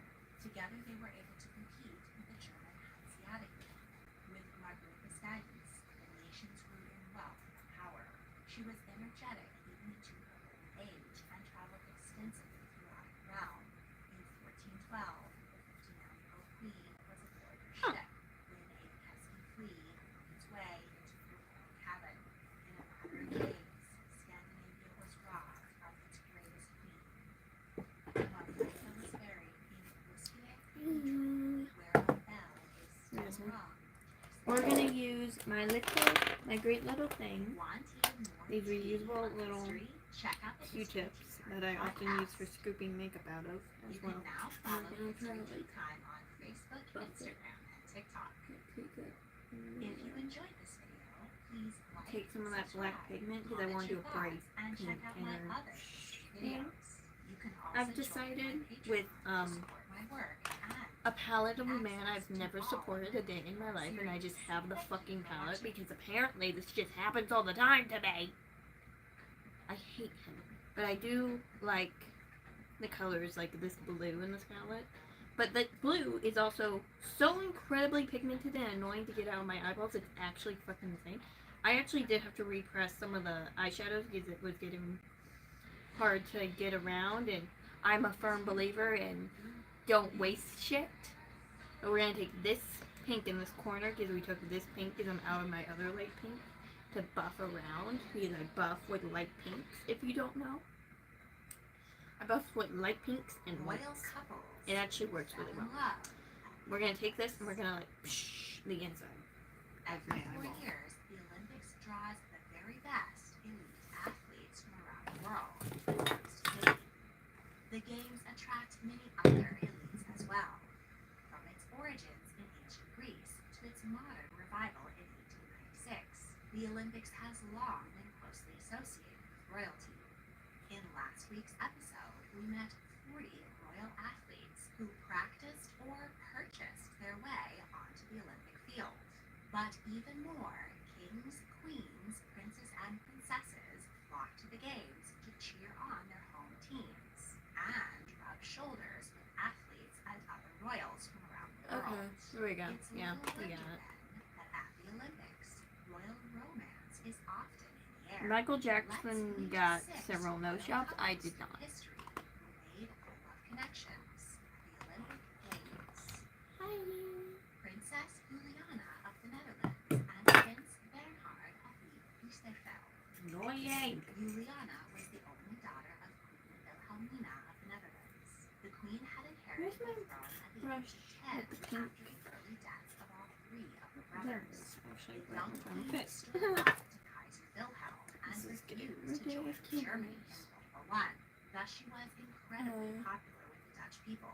You're So pointing. too was her Your daughter. point in your After little several boy tantrum. miscarriages, Wilhelmina finally delivered a healthy child, Juliana. She was her mother's pride and joy, and the singular hope for the future of the House of Orange. The princess had a promising future. She graduated from the University of Leiden and had been made a counselor of state in preparation for her future as monarch. A royal mother had high expectations for her future husband. He must be royal and Protestant, a difficult prospect after so People come in many here and they have their little boy tantrums, and I'm just like, what the fuck is prospective wrong with you? grooms, including princes from the UK and Sweden, were vetted, but they all either declined or were turned down by Juliana. As the princess approached her 27th birthday, considered quite an advanced age to be single in those days, her mother and the nation were getting nervous. If she didn't very soon produce an heir, the Dutch throne would go to one of her distant German cousins. And with Adolf Hitler posturing for yet another world war, this was a terrifying prospect.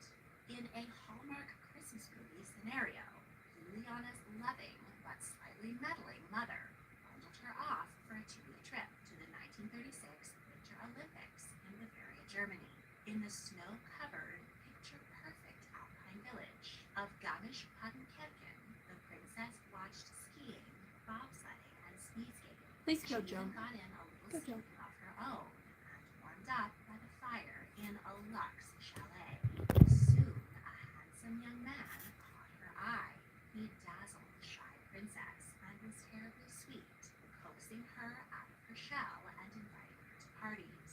As Juliana fell head over heels, she was thrilled to learn that Bernhard was in fact a prince and would thus be acceptable to her mother.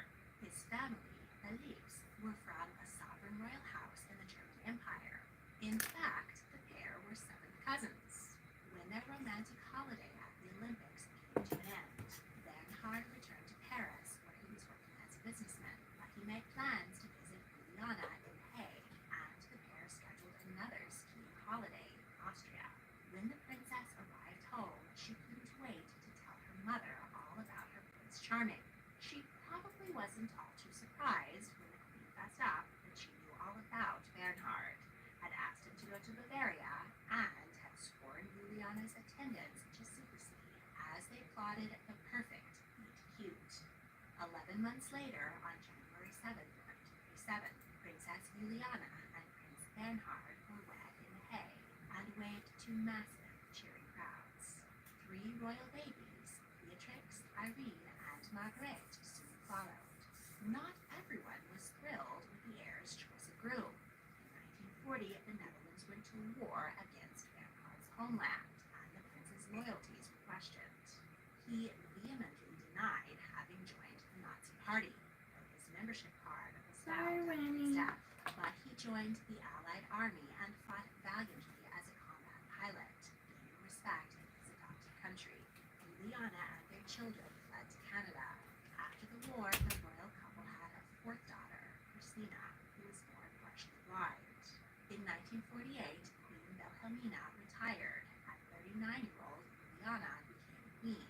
She was down to earth and popular with her people, preferring to be called Mrs. rather than Your Majesty. But all was not well in the royal household. Desperate to cure her daughter's blindness, Juliana had come under the influence of a faith healer, whom her husband warned her was a scam artist. Bernhard formed a faction of supporters and attempted to force his wife to abdicate the throne. He was also unfaithful and fathered at least 2 illegitimate children. The Prime Minister banished the faith healer from court. Bernhard planned to divorce his wife, but decided against it when, as he put it, he found out that the woman still loved him. Advances in medicine helped Christina regain much of her eyesight.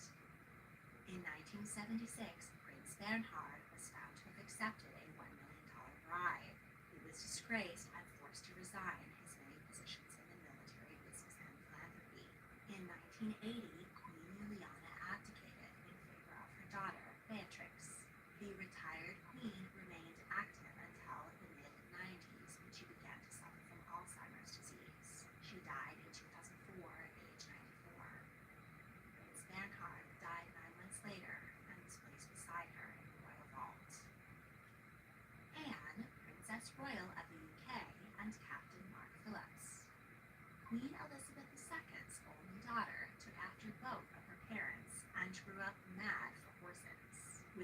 powerful stables at various palaces filled with the kingdom's finest mounts. The princess lived out many little girls' equestrian fantasies.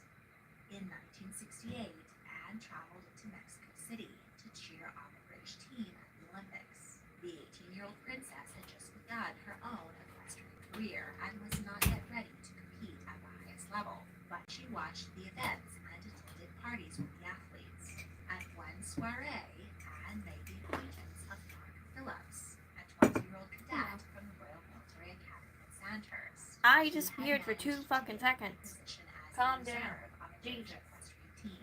The pair bonded over their shared love of all things equine.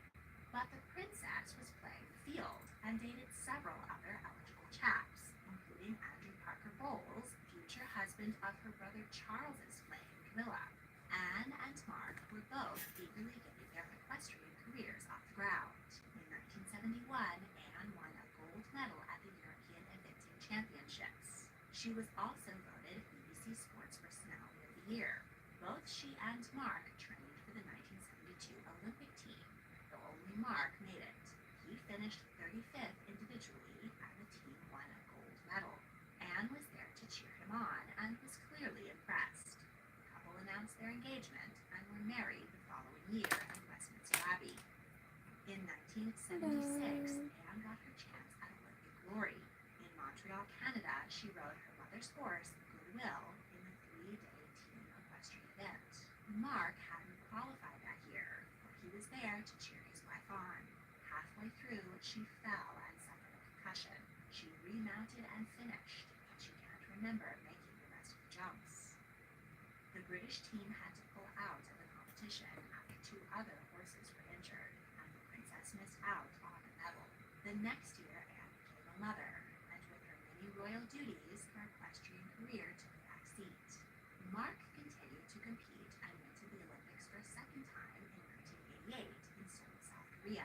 His horse was injured and he was unable to compete, but he won a silver medal as part of the British team. All this time apart put a strain on the royal marriage, and while Mark was riding horses around Thank the you. world, he wasn't home with his wife at home. When a one-night stand showed up with his daughter, the troubled royal marriage came to an end in 1993. Both remarried, Mark to an American Olympic dressage rider, Sandy Flager. Anne allowed her ex and his new wife and baby to live in a cottage on her estate at Gatcombe Park, so he could continue to co-parent their 2 children, Peter and Zara. Though their marriage didn't work out, their love of horses continues on in their daughter, Zara. She won silver in eventing at the 2012 London Olympics. Her mother, who is a member of the International Olympic Committee, presented her medal. King Carl XVI Gustav and Sylvia Sommerlauf.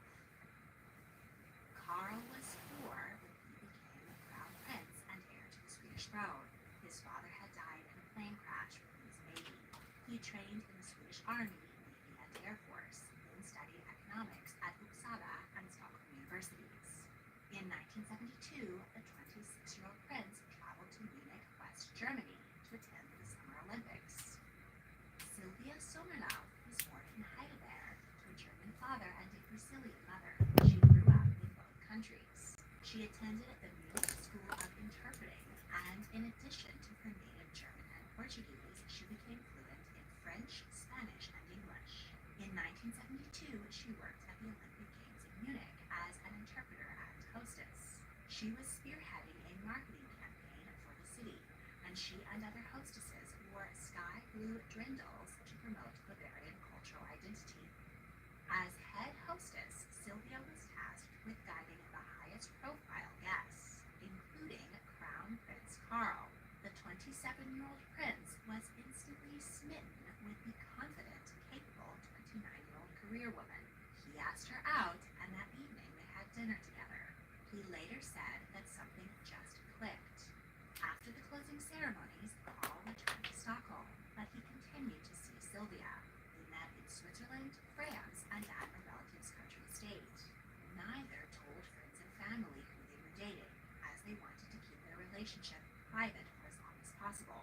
Plus, they had a serious problem. His grandfather, King Gustav VI Adolf,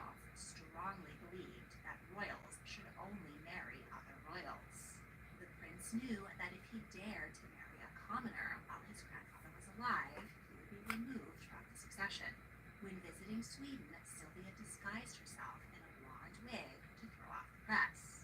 The couple were photographed together in a car, but journalists assumed the mysterious woman was Margarita of Romania, one of the prince's old girlfriends who would have been an acceptable royal bride. In 1973, Karl's grandfather died, and he became King Karl Thank you. Gustav. Sylvia moved into an apartment in Stockholm, and with no one to stop him, the king started the process of changing the law to allow him to marry a commoner. After 4 years of cloak and dagger dating, Karl finally popped the question with his late mother's engagement ring. During their engagement interview, Sylvia did her best to answer in Swedish. She soon became fluent in her sixth language. The night before the wedding, the couple attended a royal variety show where ABBA performed their hit song, Dancing Queen, in honor of Sylvia. They were wed on June 19, 1976, in Stockholm Cathedral. Sylvia gave birth to 3 children, Victoria, Carl Philip, and Madeline. She is a popular queen and involved in numerous philanthropies, focusing on child welfare, dementia, and elder care. She and Carl share an interest in outdoor activities and enjoy skiing together. In recent years, there have been numerous reports that King Carl was frequently unfaithful to his wife. Throughout these allegations, Sylvia has remained by his side. They attend most summer and winter Olympics together. Princess Cristina of Spain and Iñaki Urdangarin. Cristina is the second child of King Juan Carlos of Spain and Queen Sofia of the Greek and Danish royal family. Olympic sailing is a family tradition. Cristina's father, mother, and uncle, the King of Greece, have all participated. While studying political science at the Universidad Complutense de Madrid, the 23-year-old princess competed in the 1988 Olympics in Seoul, South Korea. She was Spain's flag bearer, and her Tornado-class crew sailed into 20th place. 4 years later, she watched as her younger brother, Felipe, finished 6th in the Barcelona Games. 4 years after that, the family traveled to the United States for the Games in Atlanta. None of their royal kin were competing that year, but they attended a variety of events to cheer on the home team. One sport in which Spain looked promising was handball. Iñaki Urdangarin is from a small village in the Basque region. He began playing professional handball at 18 for FC Barcelona. He had previously competed with Team Spain in the 1992 Olympics, but they went home empty-handed. In a thrilling match against France, the Spanish team clinched the bronze medal. During the celebrations, Cristina asked a friend, "Who is that blonde?" Iñaki was a playboy. Everything changed when he met the princess. They started dating, and their friends helped them to keep their relationship quiet while they got to know each other. In 1997, Cristina and Iñaki were married in Barcelona Cathedral and created Duke and Duchess of Palma. They had 4 children, Juan, Pablo, Miguel, and Irene. The Duke continued his handball career and went to the 2000 Sydney Olympics, where he added another bronze medal to his collection. After the victory, the players hoisted their royal teammate onto their shoulders. The next year, he retired, but joined the IOC and launched a career as a sports marketing entrepreneur. For years, the couple, with their Cinderella sports story, were the darlings of the Spanish media, but it didn't last. In 2011, it came to light that Iñaki had embezzled €6 million of public funds meant for sporting events. This was just one of the many financial scandals surrounding King Juan Carlos. In a desperate bid to save his monarchy, he abdicated and handed the throne to his son, Felipe VI. The new king stripped his sister and brother-in-law of their dukedom and royal duties. In 2016, Iñaki and Cristina were put on trial for corruption and money laundering. She claimed to have been unaware of her husband's activities and was acquitted on insufficient evidence. Iñaki was sentenced to 5 years in prison. Their royal Olympic romance did not survive. After his release from prison, photographs of him with another woman made papers. celebration in 2022.